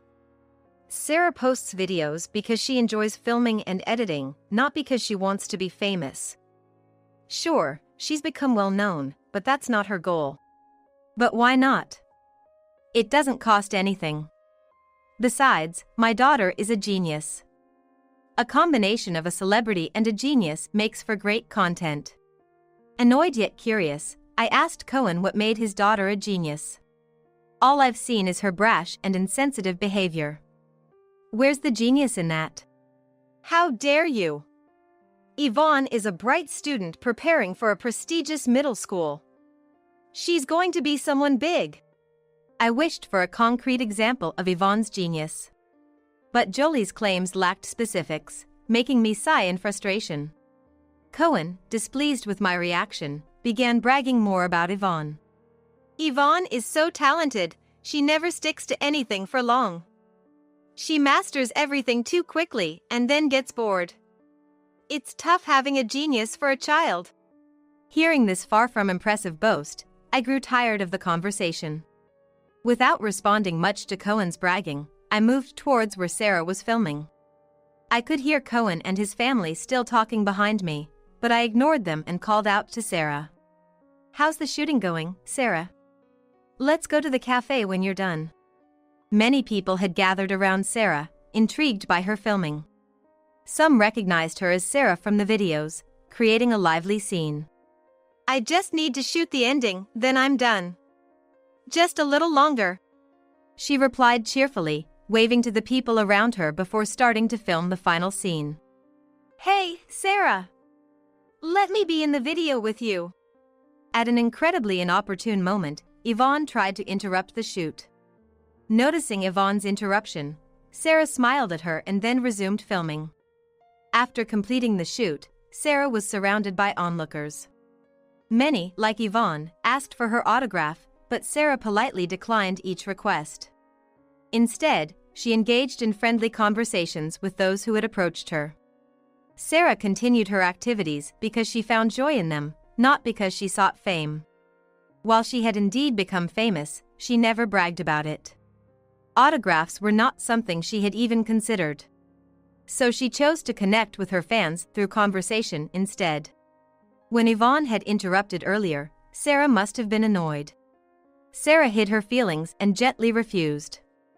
But I wondered if Yvonne understood that. When Sarah was about to leave, Yvonne, evidently not grasping Sarah's intentions, approached her. "Great job on the shoot. Now, how about filming with me next time? Seeing Sarah's dumbfounded look, I couldn't stay out of it any longer. I'm sorry, but Sarah doesn't do collaborations. That smile earlier was just being polite to you for interrupting her shoot. What, is that just lip service? Learning such things at a young age, you're not raising her right. Jolie crossed her arms and looked down on Sarah. Sarah briefly stiffened but remained silent, not retorting. Feeling victorious, Jolie snorted and pressed on. Are you saying Yvonne isn't worthy of filming with you? You know, Yvonne is a genius who can do anything. It could actually boost your popularity. Maybe you should learn to read the room better. Sarah looked at me, unsure how to respond. I sighed and confronted Jolie. Enough already. You keep calling your daughter a genius, but I haven't seen a single concrete example. Being awarded isn't the only mark of greatness, but do you have any substantial achievements to brag about? The onlookers who had been listening to our conversation seemed to agree with me. Jolie looked bitter under the pressure of their words, but Yvonne didn't seem to care. Instead, she proudly started listing her accomplishments. I received a certificate at my piano recital for doing well in practice. And at my dance school, I got one for being able to dance a whole song. Plus, I've been awarded for perfect attendance at school. I've been recognized a lot, you know. Considering Sarah's age, Yvonne must be around the same age. Sarah was 12 years old, so probably Yvonne was also a middle schooler. Her claims felt somewhat trivial for her age. Unaware of the awkwardness, Yvonne looked at us expectantly for praise. I exchanged a helpless glance with Sarah, and we could only make troubled faces. The people around us reacted similarly, with some even bursting into laughter. Finally sensing the mood, Jolie awkwardly changed the topic. So, speaking of your activities, how much do you earn? I doubt it's enough to afford a condo here, right? Caught off guard by her desperate question, I decided to respond. Thankfully, Sarah's videos are quite popular on the video sharing site. She does earn money, but we're saving it for her future. We spend some on necessary equipment for filming. While this condominium is attractive, we don't need it as we already have our own home. Besides, I designed this place, so the success fee was substantial. My current husband runs a company, and combining our incomes, moving here wouldn't be a bad idea. I preemptively answered all the questions Jolie might have wanted to ask. As expected, she grimaced, glaring at Sarah and me. Cohen, having heard my explanation, seemed unable to argue back. However, Jolie, ever cunning, tried to butter me up despite her previously hostile attitude. So, you built this place? Then you could get us a spot here, right? Our kids are about the same age. Can't you speak up for us out of pity? I had no intention of agreeing to such a request. As I was about to firmly decline, Yvonne, misunderstanding the situation, chimed in with sparkling eyes. We can live in this condo if we ask you? Hey, ma'am. We want to live here. Please help us out. I sighed, exasperated. And I decided to set them straight. I'm sorry, but I can't guarantee you can live here. I might be able to refer you to the management company using my contacts, but there's a screening process. They'll check things like your job, income, potential for the future, and so on. I don't control the screening, so it's not certain you'll get in. It's up to you to make it happen. Jolie clicked her tongue upon hearing this, while Yvonne didn't seem to fully grasp the situation. Cohen then butted in, demanding the impossible. Our daughter is asking, so make it happen. If you have the connections from building this place, get us through the screening. People around us started whispering at Cohen's unreasonable demands. I felt a headache coming on, wondering how to explain this obvious point. I can't interfere with the screening process, that's beyond my control. If you want to live here, overcome the challenge on your own merits. At this, Cohen suddenly lost his temper. He began yanking flowers from a nearby bed and throwing them at me. I shielded Sarah from being hit, trying to calm Cohen down. But then, Jolie and Yvonne, following Cohen's lead, started doing the same. Jolie hurled insults and flowers at us, and Yvonne spewed verbal abuse at Sarah. I focused on protecting Sarah, but luckily, people around us intervened. Still, Cohen and his family continued their rampage, throwing anything they could find. Jolie picked up a stone and raised her arm. I grabbed her to stop her but was shoved into the flower bed, hitting my head. The surrounding crowd became even more agitated and tried harder to stop them. However, the three individuals, who continued to behave violently in a fit of rage, were soon restrained. It's unclear who made the call, but the police arrived after hearing about the commotion. "Who called the cops?" Cohen shouted as the officers restrained him, but no one responded. Jolie, also being subdued by the police, tried to find out who had reported them. Yvonne stopped her tantrum but began crying as she watched her parents being detained. The area, which had been chaotic, suddenly quieted down when an officer's voice rang out. "Caught red-handed on suspicion of obstruction of justice." At these words, the commotion ceased in an instant. Cohen, who had caused the commotion, was apprehended by the police for his aggressive behavior. Holding my head and trying to comfort a tearful Sarah, I watched as he was taken away. At the same time, Jolie and Yvonne were also escorted to the police station. All three of them were put into a police car and driven away, disappearing from view. Despite the chaos they had caused, their swift removal by the police left me feeling somewhat relieved. But seeing Sarah on the verge of tears, yet still concerned for me, brought me back to reality. "Mom, you're hurt. Should we go to the hospital? Otherwise, you might." The commotion had overwhelmed Sarah, and she finally broke down crying. Hugging her, I apologized for involving her in such a situation. People around us expressed their concern. But I assured them I was fine, especially since Sarah was unharmed. When the sound of an ambulance siren approached, it seemed someone had called for medical assistance. The ambulance arrived, and alongside the police, I was taken in for treatment with Sarah by my side. As I boarded the ambulance, I took one last look at the damaged flower bed. The construction of the large condominium had inevitably created a sense of oppression. I had wanted to alleviate that by setting up a park within the grounds and placing a flower bed there. I hoped that the park would become a place of relaxation and conversation. The park where I first met my current husband had brought me much happiness. Taking a break from work, I had been admiring the flowers in the park when he approached me. From there, I started talking to my current husband, who worked near that park, and we became close. Our relationship grew from occasional lunchtime meetings to dinners, and eventually, we got married. Later, we were blessed with our daughter Sarah, despite it being a late pregnancy. That park, with its flower beds, had brought so much joy into my life. So, I wanted the project I was involved in to offer similar opportunities for happiness. The result of that effort was the flower bed. Seeing the flower bed destroyed was heartbreaking, a sharp contrast to the happiness it symbolized. At the hospital, I received treatment, needing a few stitches. But fortunately, they were almost unnoticeable. Sarah, relieved to see me all right, managed to smile as we left the hospital. While waiting for the bill, I was questioned by the police and decided to file a complaint. I also resolved to hire a lawyer and ensure Cohen and his family faced the consequences of their actions. Jolie was arrested for her involvement in the assault. According to what my lawyer told me, Yvonne was taken in by Jolie's parents after both her parents got into trouble with the police.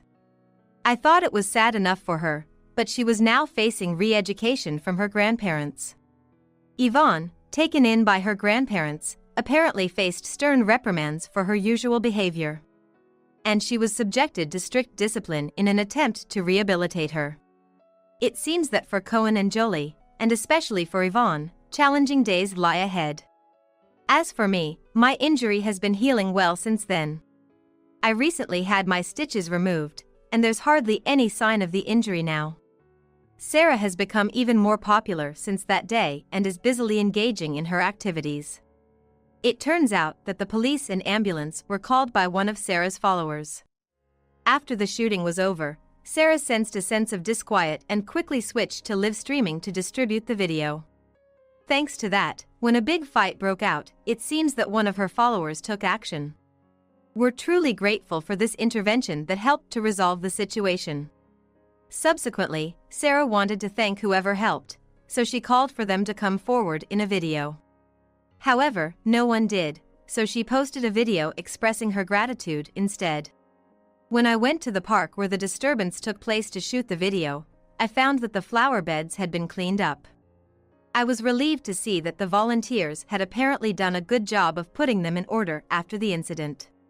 Since then, things have been going surprisingly well. My involvement in the condominium project has raised my professional profile. Thanks to that, I've been promoted and now serve as the head of the planning department. Sarah's video views are also increasing rapidly, and she herself continues to post videos with a happy look. My current husband is very caring and was quite concerned about us. Although I've fully recovered and there's no disruption to my daily life, he still occasionally checks on how I'm doing. Having a kind-hearted husband and seeing Sarah grow up healthy. And I have no problem with that, because my business and my family are prospering. I look forward to spending more happy moments with my family of 3. Take good care of those two, will you? What do you mean, take good care? Although John said it casually, I wonder if he would have accepted it if nothing had happened. I still don't quite understand. John was supposed to have gone on a business trip, but apparently, he had an accident at his destination. The call I received led me to a small town. It was suspicious that business trips, which had never been frequent before, suddenly increased, and he started going several times a month. Moreover, an employee of a copier company having a traffic accident in a town must mean something's up. While thinking about all this at the hospital, I accidentally ran into Emily. Why is Emily here? And what does it mean that she was in the town with John? Even in this seemingly desperate situation, it's infuriating to think he believes he can still deceive everyone. Does he think I'm just going to let this slide? I have strong allies, so there's no way John can escape without consequences. He should wake up to reality and rethink his actions. My name is Ida Smith. I'm a 33-year-old preschool teacher. After graduating from a community college, I started working at a fairly large town's daycare center. The job as a preschool teacher is harder than I thought, but being around these always smiling kids somehow makes me feel refreshed. However, constantly dealing with children at work, I sometimes yearn for adult conversation. Surrounded by dozens of kids, with a few fellow teachers around, I remain an educator in front of the children. Busy with work and unable to match schedules with college friends, I hardly have time for a coffee break. I don't have time to make friends with similar interests. So I'm always an educator when interacting with anyone other than myself. As a teacher, I can't really have adult-to-adult conversations. At my workplace, I am strictly a teacher, nothing more. One day, I was asked to take over the data management at work. A teacher going on maternity leave had been handling it, and it fell to me, seemingly the most idle and timid. Honestly, managing the data is just more hassle, not something to be happy about. I wanted to go home early and work as little and as easily as possible, so this was nothing but an additional chore. Even a job like managing the printer, which I was not used to in my usual work. I really hated it. Ensuring the printer works smoothly, refilling ink, and managing paper stock. It's all so bothersome. However, I couldn't have imagined that a person who would dispel my gloomy feelings was about to appear. In the afternoon, the daycare's bell rang, and the data manager, which was now me, was called to the staff room. It was nap time for the kids, so after informing my paired teacher, I headed to the staff room. Hello. I've come for the printer inspection. I think I reacted as if I had been electrocuted at that moment. For some reason, his appearance or voice, there was something indescribable about him. Yes. I'm in charge. I took over from the previous person, and now I'm responsible. Nice to meet you. Nice to meet you. I'm John Smith from the printer company. My first impression of John was pretty intriguing. It wasn't the kind of feeling you'd normally have for someone you meet through work. It felt strangely familiar, like I had met him somewhere before. You probably won't remember. Do you sometimes stop by the store in front of the station in the morning? That comment jogged my memory. Oh. You were in the snacks section at the store, right? I occasionally stop by the store near the station to grab lunch or a drink. The items I buy vary, but there's always this guy there at a certain time. Right at the entrance, standing near the prominently displayed new products shelf, carefully choosing which one to buy. That was him. Actually, I've seen you at the store. Never thought I'd meet you here. That's my line. I was curious about the new snacks, but I also found myself wondering about the lady I saw there sometimes. Could something like this really happen? Usually busy with kids at work, I, a woman with virtually no encounters with men, remember feeling thrilled by his words. Talking about work is one thing, but how about we exchange contact info? Of course. That was how I, on the day I met the printer company representative, ended up exchanging contacts with him. We gradually got closer, sharing little daily incidents and amusing stories, and he became more and more significant to me. It was love at first sight for me. But as I got to know Ida, I realized she's someone I want to be with all the time, someone who makes me feel so at ease. Will you marry me? I can't believe this dreamlike day has come. I'm so happy. For me, who thought I'd just aged being focused on work, this was an unexpected spring. Meeting someone by chance on the streets, deepening our interaction and love, and moving towards marriage as a goal. At that moment, I was on top of the world, but I also had another thought in my heart. I won't end up like my sister. I will seize my happiness. I whispered that to myself. My sister, Emily, is 2 years older than me. Though we're not far apart in age, the idea that we're close as sisters is a complete misconception. I'm, well, not exactly a standout type. Just an average person who decided to become a preschool teacher because I loved kids, with decent grades and an okay sense of style. On the other hand, Emily was the total opposite, always focused on fashion. She was always thinking about how to stay beautiful and stylish. The kind of person who was part of the top, trend-setting, somewhat admired group in her school. Perhaps it's because of such relationships, but dating men has been a common occurrence since my student days. Ever since she got a boyfriend in her first year of middle school, Emily had never been without a boyfriend. She moved out of her parents' house right after high school graduation to live with her then boyfriend. In the end, she had a daughter at the age of 25 and settled down, but soon after, she got divorced. I sometimes checked if she's doing well by connecting with her on social media. She always dressed up stylishly and posted dazzling photos, but I couldn't help but feel a sense of emptiness. More like a fake facade from my childhood when I couldn't stand not being the center of attention, rather than a real mother. It's not about flaunting happiness in front of others. I believed that I should weave a happiness that fulfills myself and John. That was my belief. Life was blissful right after we got married. Coming home to someone I love, sharing meals, and enjoying the calm evenings together was something I cherished. We'd share our day's experiences and laugh together. Those moments were priceless to me. But at some point, things with John started to feel off. He began commenting on my appearance and behavior. He seemed like the type who wanted to control others, always offering unsolicited advice. At first, I tried not to mind it, but it was becoming too much. Hey, Ida, don't you ever do your makeup properly? As a preschool teacher, it tends to come off while taking care of kids or playing with them, so not really. But isn't that outfit a bit too casual for work? Is it? I always dress like this, don't I? That day, I was wearing a hoodie and jeans. Since I bike to the daycare, I prioritize comfort, and I change into work clothes there anyway. I've always commuted in this style without any issues. Most working women in their 30s don't walk around in such casual clothes. It looks like loungewear. Really? I've always dressed like this. What's up all of a sudden? John always had something to say about my clothes or belongings. From my bag and outfit to my hairstyle and makeup, he'd complain they weren't feminine enough or didn't fit a working adult.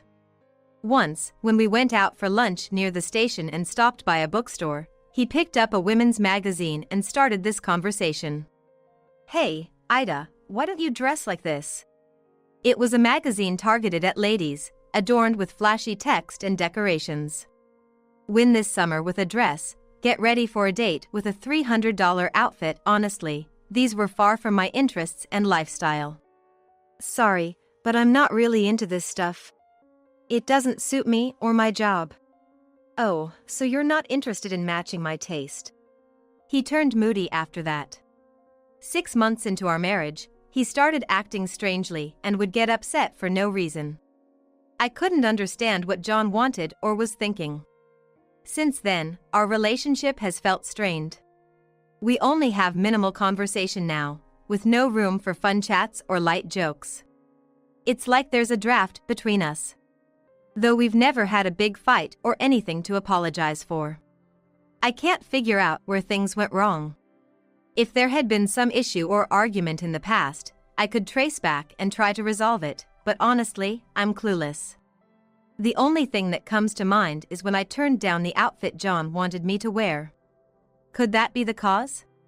Living together, sharing the same space and time, I thought we'd find some common ground for casual conversation. There was a TV special about infidelity airing at the time. The usual commentators and hosts were debating definitions of cheating and where the line is drawn. Of course, I'm totally against cheating. I've even broken up with past boyfriends because of their infidelity. In my view, cheating is absolutely off limits, especially in a marriage. Trying to lighten the mood, I casually brought it up to John. "Hey, this TV show is discussing infidelity." "Yeah, well, love takes different forms for everyone, doesn't it?" "Love does come in different forms, sure." Then, John started speaking rapidly, almost as if he was trying to convince me. "Think about it, right?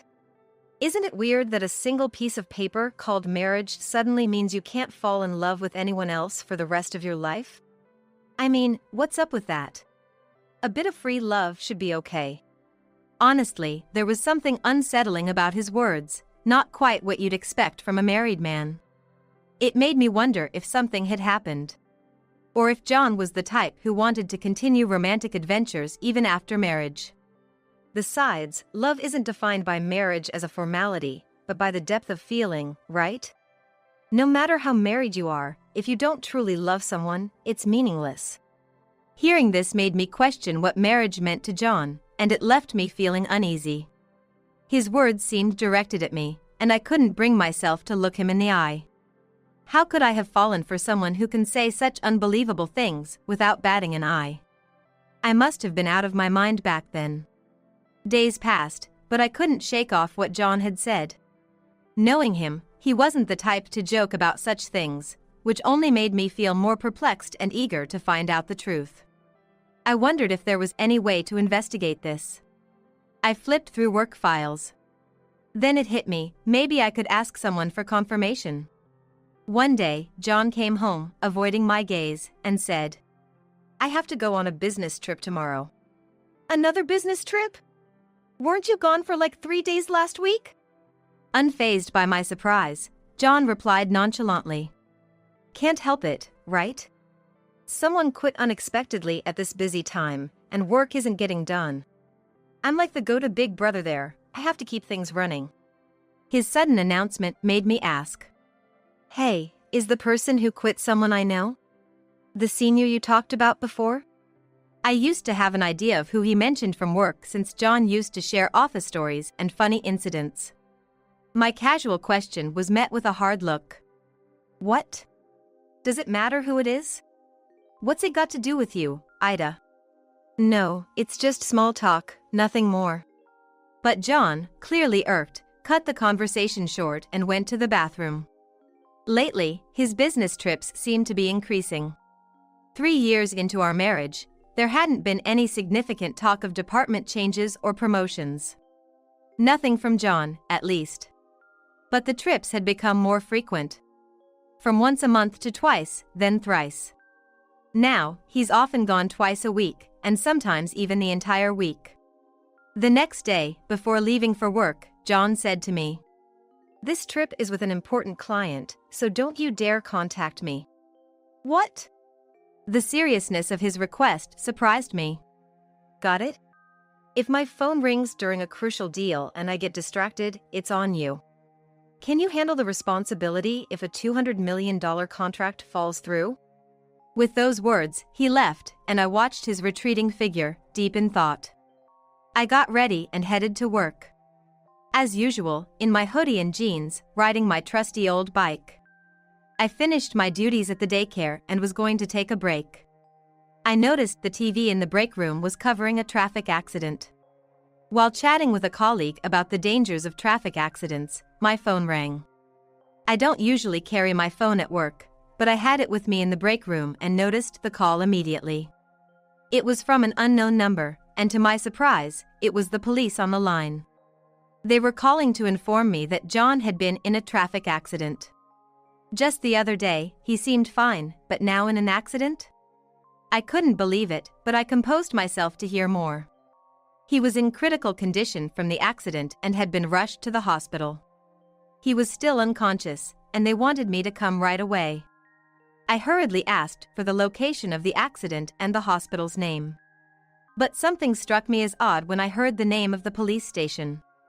It was in a famous town for sightseeing. Why would John be on a business trip there? This thought crossed my mind. But regardless, I needed to rush to John's side. The story begins from there. After consulting with the daycare director, I left work early and took some time off to be with John. But before heading to him, there was something I needed to do first. I made a phone call. And soon, documents were sent to my house. At the hospital, John was lying in bed. He didn't wake up for 5 days, but finally regained consciousness. The doctor said he had a head-on collision with a truck, resulting in severe damage and partial paralysis. No way, John, you're kidding, right? Sorry, but please take care of the two of us. I was lost in thought at his words. Take care of the two of us? What was he talking about? It didn't seem like a joke, so I asked. Sorry, but who are the two people you're referring to? John's expression briefly showed he had slipped up. Who else? It's me and Erica. Erica is Emily's daughter, my niece. I had met her a few times at my parents' house, but why bring her up now? Why are you suddenly mentioning Erica? Well, I got a call from Erica during my trip. She asked me to take care of her if anything happened to her. The fact that Erica would contact John directly, and not her mother, was puzzling. Why not ask Emily? I blurted out. Wait, you have Erica's contact info? Well, it's more like I was in touch with Emily. John and Emily were in contact? And what did he mean by take care of if something happened? His hesitant tone was particularly troubling. I was still trying to process all this when a nurse wheeled in another hospital bed. The fellow passenger in the same traffic accident, the nurse said as she wheeled in the bed. I couldn't help but cry out when I saw who was in that bed. It was unmistakably Emily. And her belly was noticeably large. Emily? Why are you here? And that belly? I was baffled by what the nurse said about them being co-passengers in the same accident. And the two people John was referring to earlier, could it be? So, let me get this straight. Because of the accident, you're asking me to take care of you and my sister, right? Exactly. You catch on quick. It's great to have a woman who's sharp in situations like this. I felt as if all the blood had drained from my body. This was too perfect to be a mere coincidence. It couldn't possibly be a coincidence. I was scared to ask, but I had to. Don't tell me, John, you were on a supposed business trip here with my sister and got into this accident? Well, the trip was real, or rather not a lie. It just happened that Emily was here, and I thought I'd drop her off. His stammering, desperate excuses were pathetic. I could somewhat sense that my voice was trembling. I could barely comprehend the situation I was in. So, you coincidentally met my sister during a business trip and ended up sightseeing together?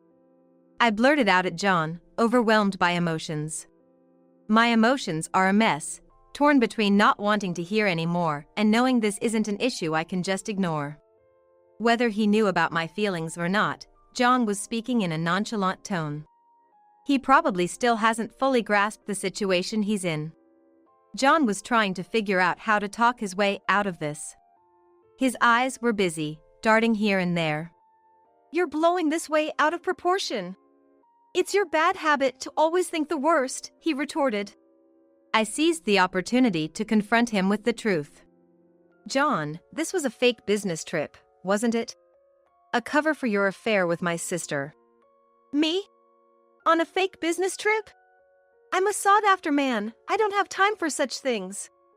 He seemed to think that yelling would make the problem go away. So, you're saying you weren't on a fake trip? Even if you shout, I wonder if the boss would believe that? John always put work first and valued his reputation above all.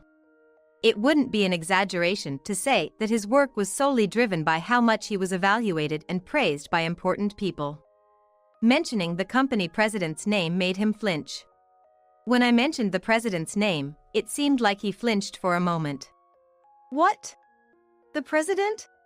What does he have to do with this? If you're not doing anything shady, you should be able to explain everything to the president, if you can, that is. John scoffed. You don't understand how it works. A president doesn't get involved in every little employee's business trip. You're embarrassing yourself not knowing that. Say whatever you want. Oh, and I have a letter from that very president. The moment he saw the envelope with the company's name, his expression changed from despair to joy. Finally, my efforts have been recognized. Working from entry-level to regular employee for over 15 years, it all meant something, John said with a sense of accomplishment. Really, a raise?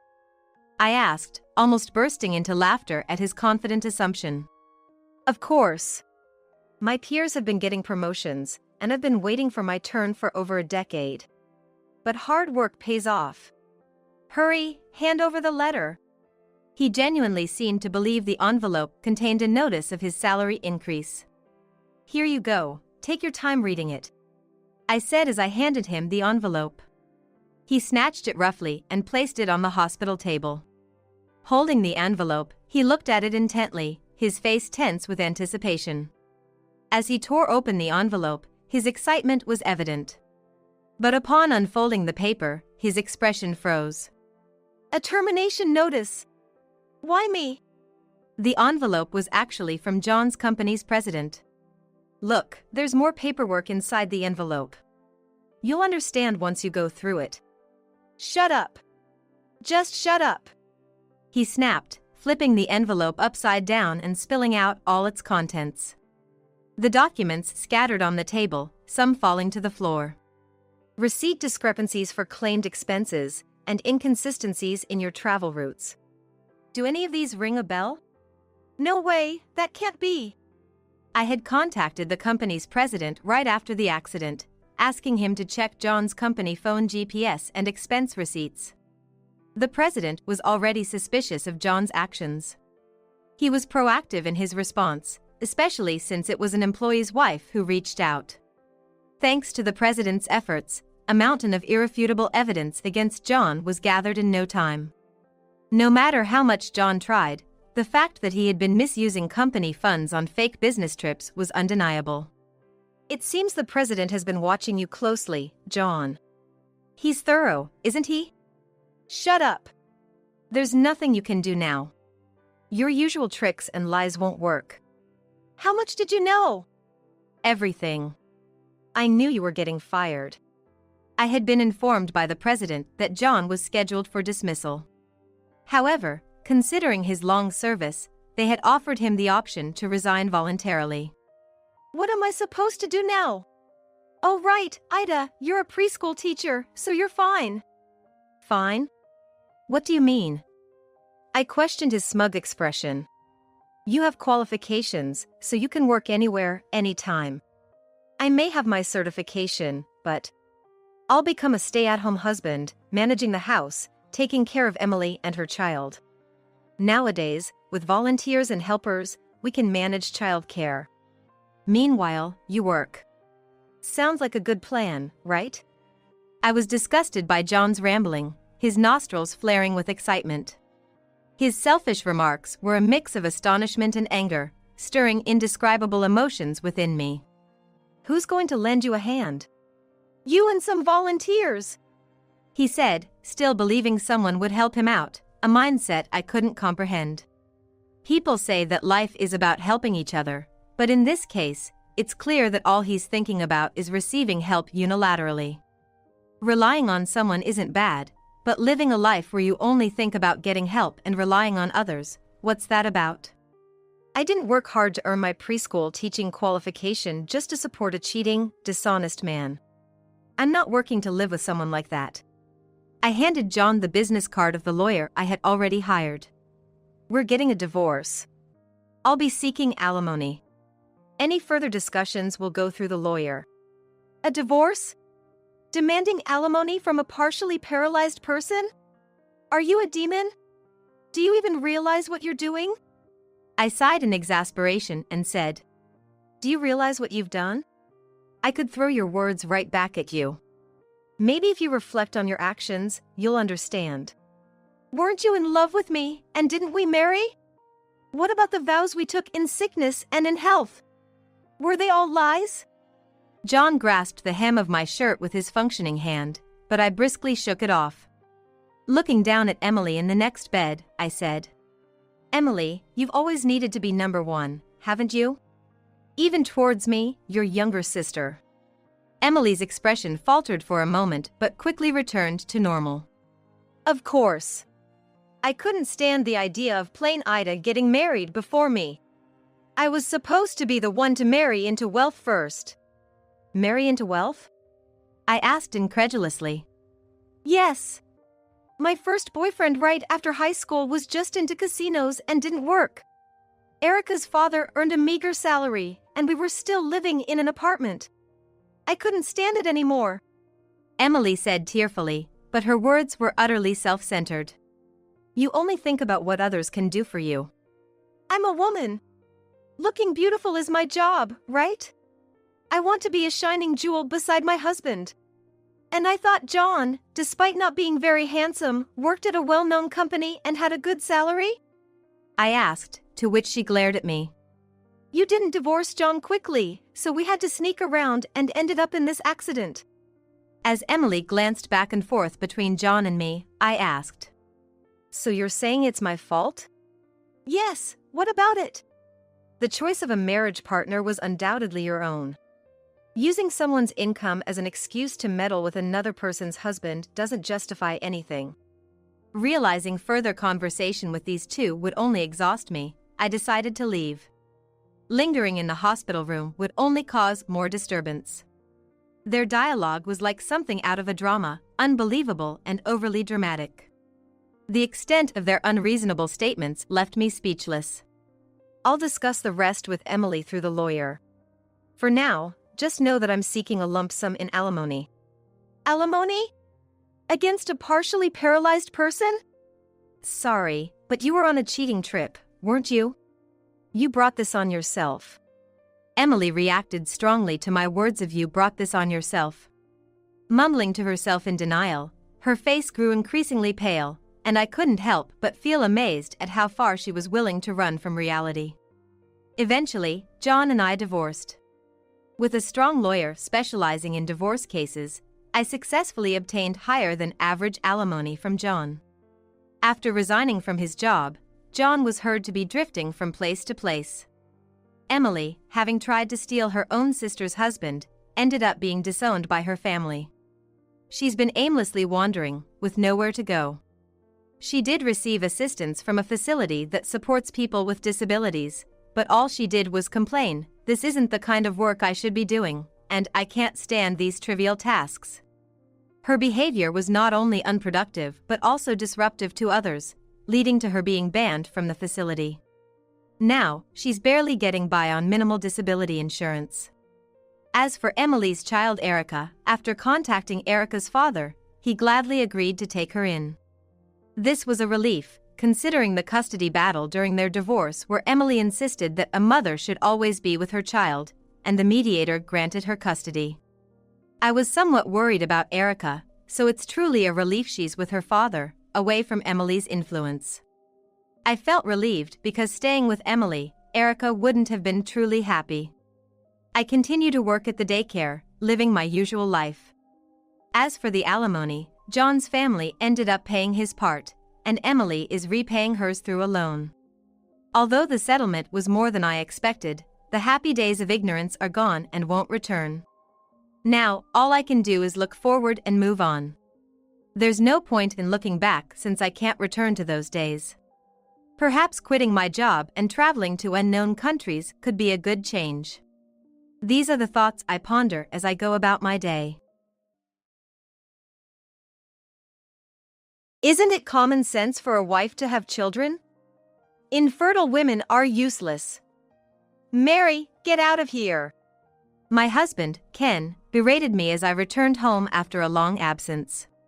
He glared at me with contempt, blocking my way into the house with outstretched arms, leaving me standing in the doorway holding my smartphone. It's your fault for leaving me alone for so long in the first place, my husband said accusingly. I had been staying with my parents for about a month for personal reasons. I had just thought I could finally return home, but this was the state of affairs with my husband. Well, this isn't your home anymore. I already have a new partner. I glanced down at my feet and saw familiar shoes on the doormat. I slowly lifted my head, glaring at my husband. Oh, you finally noticed, huh? That's right, it's your sister, Anna. I'll be living here with Anna now. Unlike you, she's beautiful and has a great figure. You wouldn't even think you're sisters, my husband said with a smirk as he stood in the entranceway. I couldn't help but bite my lip, even surprising myself. I was used to being compared to my beautiful sister, but it felt so unpleasant when my own husband pointed it out. Eventually, my sister came out from the living room, rushed over to my husband, and conspicuously linked arms with him. My husband looked at her affectionately and said, "I've decided to have Anna bear my child." "I'm sorry, Mary. It seems like you're infertile, so I'll be the one to get pregnant with Ken's child." My sister directed a pitiful gaze toward me. Then, my husband waved his hand at me as if shooing away an animal. "Come on, you're in the way. Get out of here quickly. This isn't your home anymore." In a cold voice, I said, "Huh? You're the one who's leaving. That house is about to be demolished." "Huh?" My husband frowned, probably not understanding the meaning of my words. He exchanged glances with my sister, and both of them were puzzled. Actually, I had known for a while that my husband and my sister were having an affair. And I was aware of their plans to take over the house. So, I was well prepared for this. I was determined to take everything away from my husband. I reaffirmed this resolution in my mind. At that moment, my sister immediately raised her voice as if mocking me. "Hold on. What are you talking about? This house belongs to our father, right? He wanted you both to live here when you got married, didn't he? So, this house is in our father's name. You can't just demolish it as you please," my sister said triumphantly. So, I told my sister. Certainly, this house was originally in our father's name. However, the ownership has already been transferred. "What do you mean?" My sister pulls a face. But the next moment she blew up and said, "Manami, I'm not going to play that hand." "Mary, I'm not going to play that game with you. Don't bullshit me just because you were disappointed that your husband was taken away from you." My husband joined in with his sister. "You're lying because you're jealous of Anna, aren't you? You're an infertile woman. You infertile woman." They both didn't believe me and made fun of me. But then, the house is in Mary's name. I heard a voice from somewhere. Who is it? My husband looked around nervously. But my sister seemed to recognize the voice immediately and shouted at me. "Wait, what was that just now? It's our father's voice, right?" I then showed them my smartphone that I had in my hand. Yes, it's Dad. I've been on the phone with Dad since earlier. In fact, when I came home, I had put my smartphone on speaker mode. The person on the other end of the call was my father. In other words, my father had been listening to the entire conversation between my husband, my sister, and me. My father-in-law, why? Both of them were stunned. My husband and sister had wide eyes as they stared at the smartphone. My father began speaking again. I'm disappointed in Anna and Ken. Both of you put on such good faces in front of me, and I fell for it completely. He must have been truly disappointed. My father sighed on the other end of the phone. Then my husband whispered to me in a low voice. Hey, what's going on? Why are you connected to my father-in-law?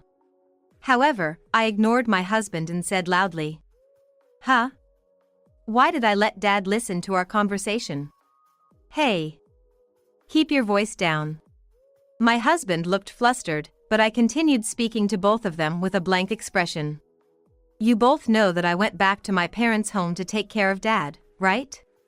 My husband and sister nodded slightly. They both knew that I had been staying overnight to take care of my father, who was living in my hometown and had fallen ill. Mom has already passed away, and my older sister couldn't come back home because she's too busy with work. But you see, the reason I went back home wasn't just for that. It was also to report something to you. Report? Yes, a report that both you and your sister are having an affair. At this point, my sister trembled and asked, So, Dad? I looked straight at my sister and said, Yes, Dad knows everything. When did he find out? My sister asked me with a pale face.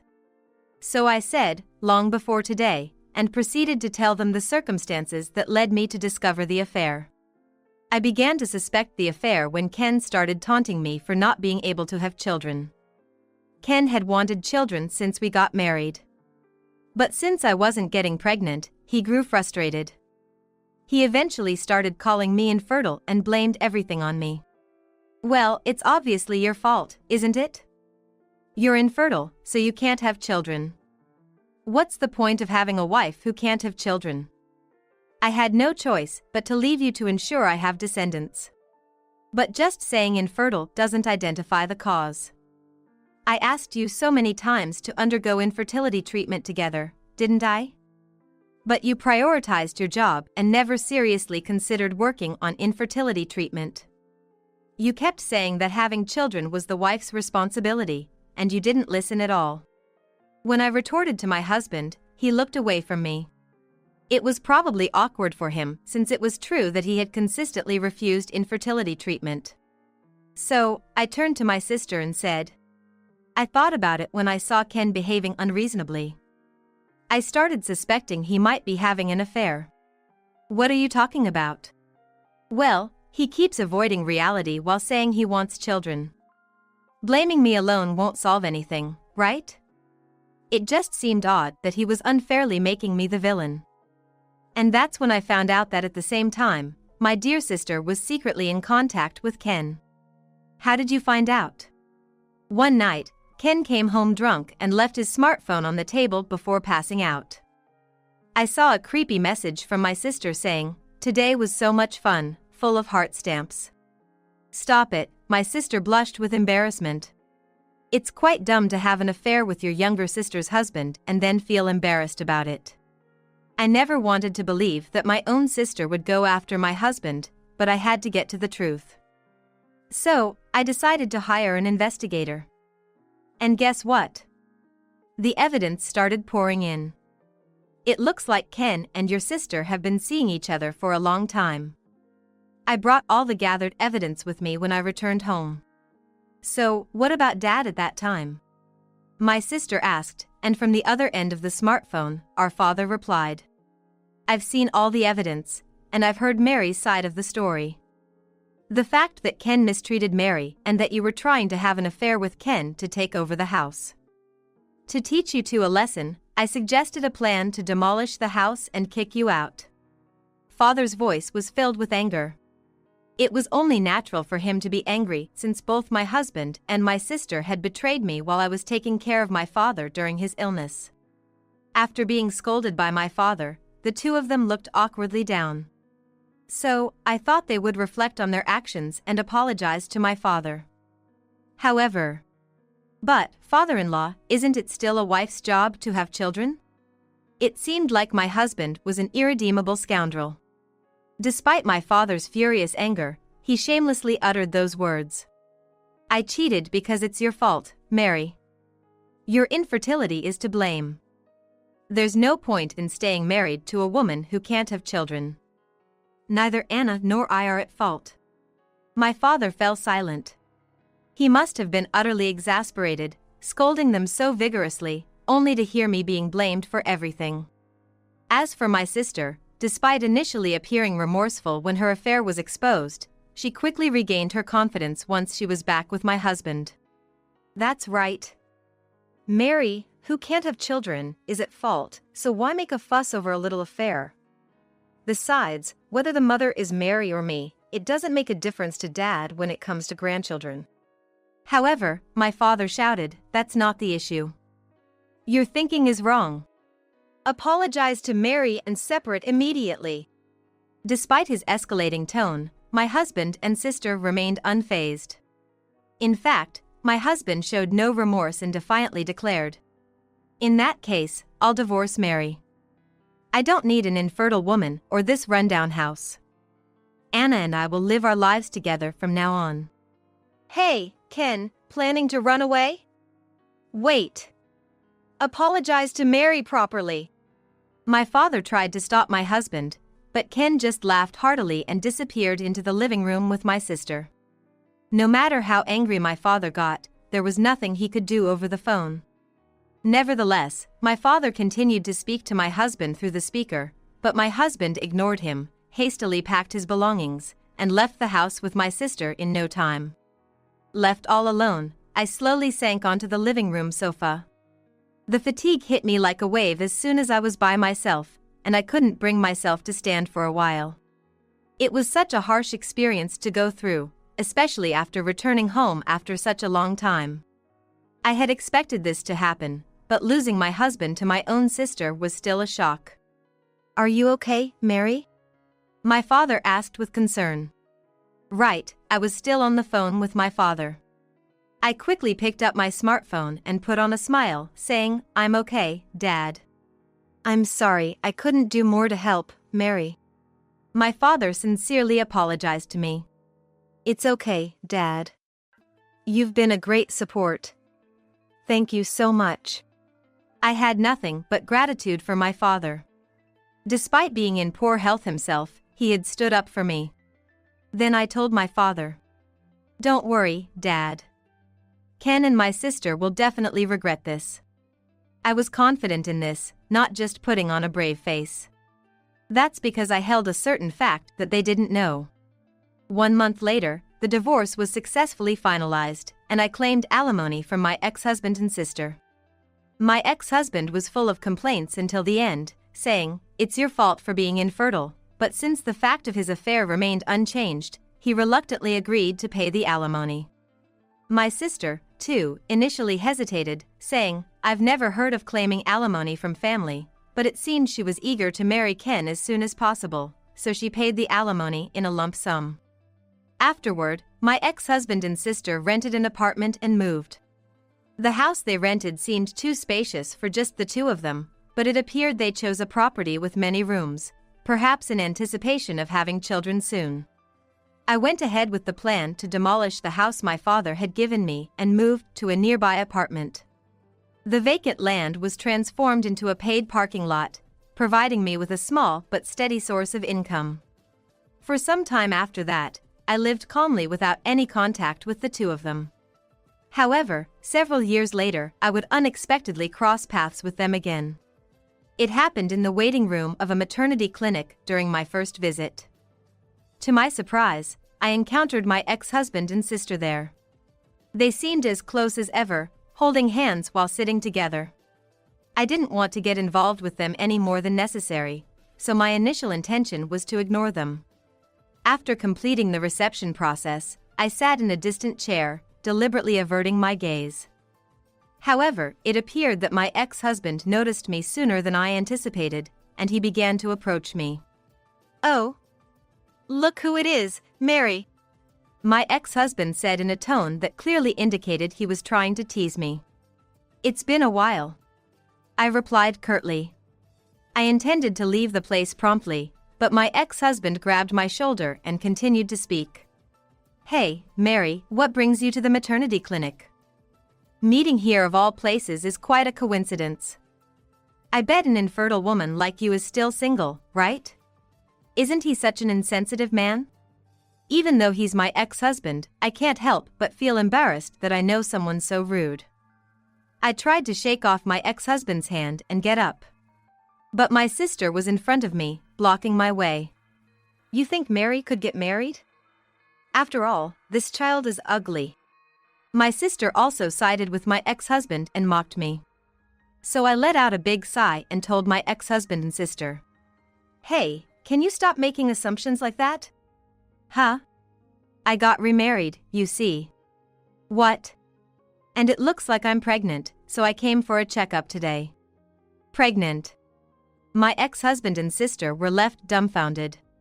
Then we looked at each other for a while, and I thought my ex-husband had a nasty smile on his face and said to me, You're infertile and you think you're pregnant? Don't lie to me. I get it. Maybe it's what you call an imaginary pregnancy? She just gained weight, but she thinks she's pregnant. It's so funny that you're so delusional that you're coming all the way out here to get a checkup. My sister joins my ex-husband in a vulgar laugh. All the pregnant women around us were glancing at us. I was so embarrassed. It seems my ex-husbands still have no common sense. But I thought now was the time for revenge, so I asked them. By the way, have you two had children yet? What? Apparently, it was a question he didn't want to be asked, so my ex-husband looked away and fell silent. My sister, on the other hand, looked at me with a disgusted look on her face and said, None of your business, and glared at me. My sister then said, as if trying to put my ex-husband in a good mood. We're just trying to make a baby at our own pace, not rushing into it, right? Oh, yeah. We just started. So far, we've just been taking our time as a couple. My ex-husband looked at me with a stern face, and I said firmly, I mean, you haven't had children yet, have you? Well, Ken is sterile, so it's difficult. What? Seedless? My ex-husband exclaimed. But, as expected, he thought it was a bad idea to use the word seedless, right? My ex-husband blushed and held his mouth with his hand. I'm sorry, what do you mean by seedless? My sister beside me looked at my ex-husband's face. No. It's just her imagination. My ex-husband shook his head vigorously, denying it with a strained expression. It's not imagination. It's the truth. I know why my sisters are here at the obstetrics and gynecology clinic. Even your sister had trouble getting pregnant, right?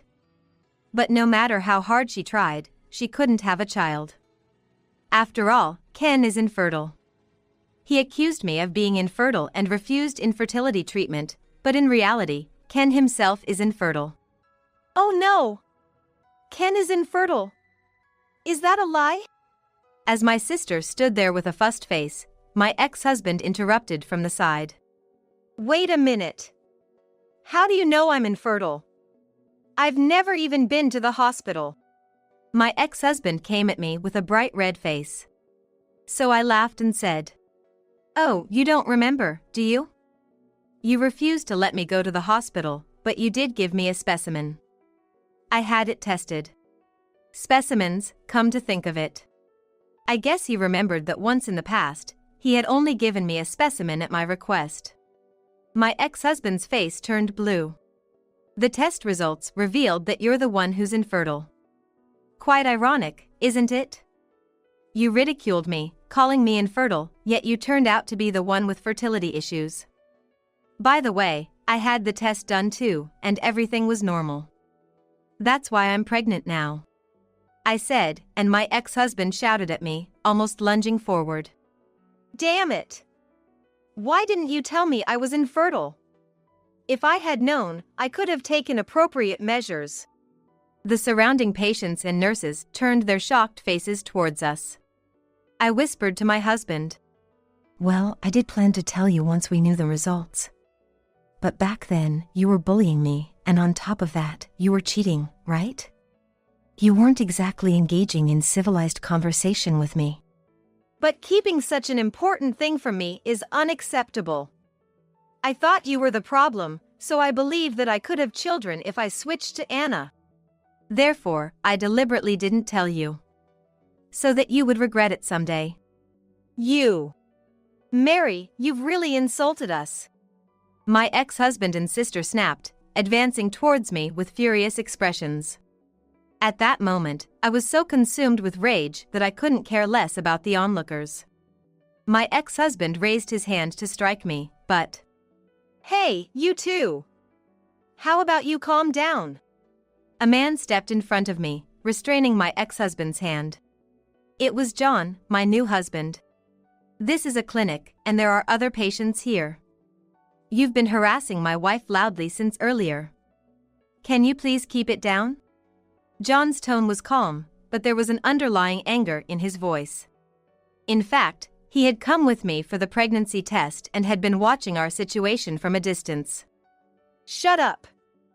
It's none of your business. This woman here insulted me, calling me infertile. And she's been hiding the fact that I'm infertile, deceiving both me and Anna. My ex-husband glared sharply at John. Despite being furious just moments ago, he had become completely subdued. However, his expression soon turned to one of realization. And he fell silent, no longer saying anything. John then spoke to the ex-husband in a soothing tone. So what if it's infertility? Isn't the purpose of marriage more than just having children? Whether there are children or not, aren't couples supposed to support each other? At that moment, the sister pushed aside the silent ex-husband and lashed out at John. Hey! You're Mary's new husband, aren't you? You talk so big, but do you understand how I feel? I can't have children because my husband is infertile. Do you understand that? You're getting all high and mighty just because you have children.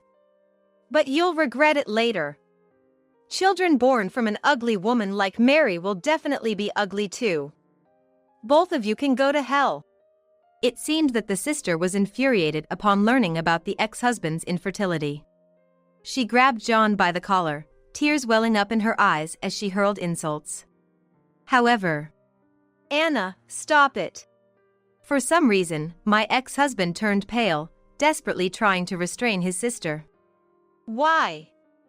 Why should I leave this disrespectful guy alone? He's insulting us. I won't be satisfied until he gets what he deserves. Despite her resistance, the ex-husband managed to separate her from John, pleading with her with a desperate expression, "It's enough already." I was left bewildered by the unfolding chaos before me. But eventually, the ex-husband forcibly dragged his sister out of the waiting room and hurriedly left, as if fleeing from something. Later, the mystery was solved when I heard from John, the man I remarried. In fact, he runs a company, and her ex-husband worked for a business partner of his company.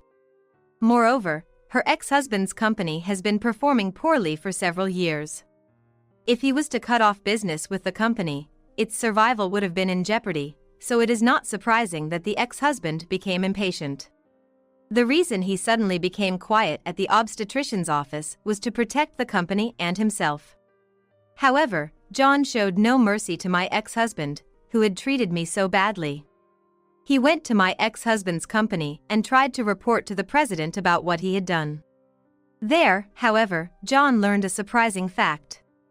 According to the company president, my ex-husband had been repeatedly late for work and had a poor work attitude, and was already considered a problem at the company. Furthermore, it was revealed that he had been having an affair, and as expected, my ex-husband was transferred to a new position. His salary has been drastically reduced, and even at the new location, there are bad rumors and people look at him with a cold shoulder. And my sister and my ex-husband, who at first was so excited that they were going to have a baby, are now constantly quarreling with each other. It was no wonder, since it had become clear that my ex-husband was infertile, they could not have children, and their relationship had reached its lowest point. Having paid alimony to me, both of us had very little savings and were forced to live in poverty. They said that even if they wanted to leave each other because neither of them had any money, they couldn't, and they were living in a constant state of bickering. This finally made my ex-husband and my sister regret their decision. Rumor has it that the ex-husband has told people around him that he should have taken better care of Mary, but it is too late for him to feel remorse now. I hope the scum will stay with each other until the end. On the other hand, unlike my ex-husband, John takes very good care of me. I am so glad I married him because he seems to get along with my father and we are close enough to go out for drinks together. My first marriage was a disaster. But thanks to that, I met the man I married again. We have a beautiful baby now and I'm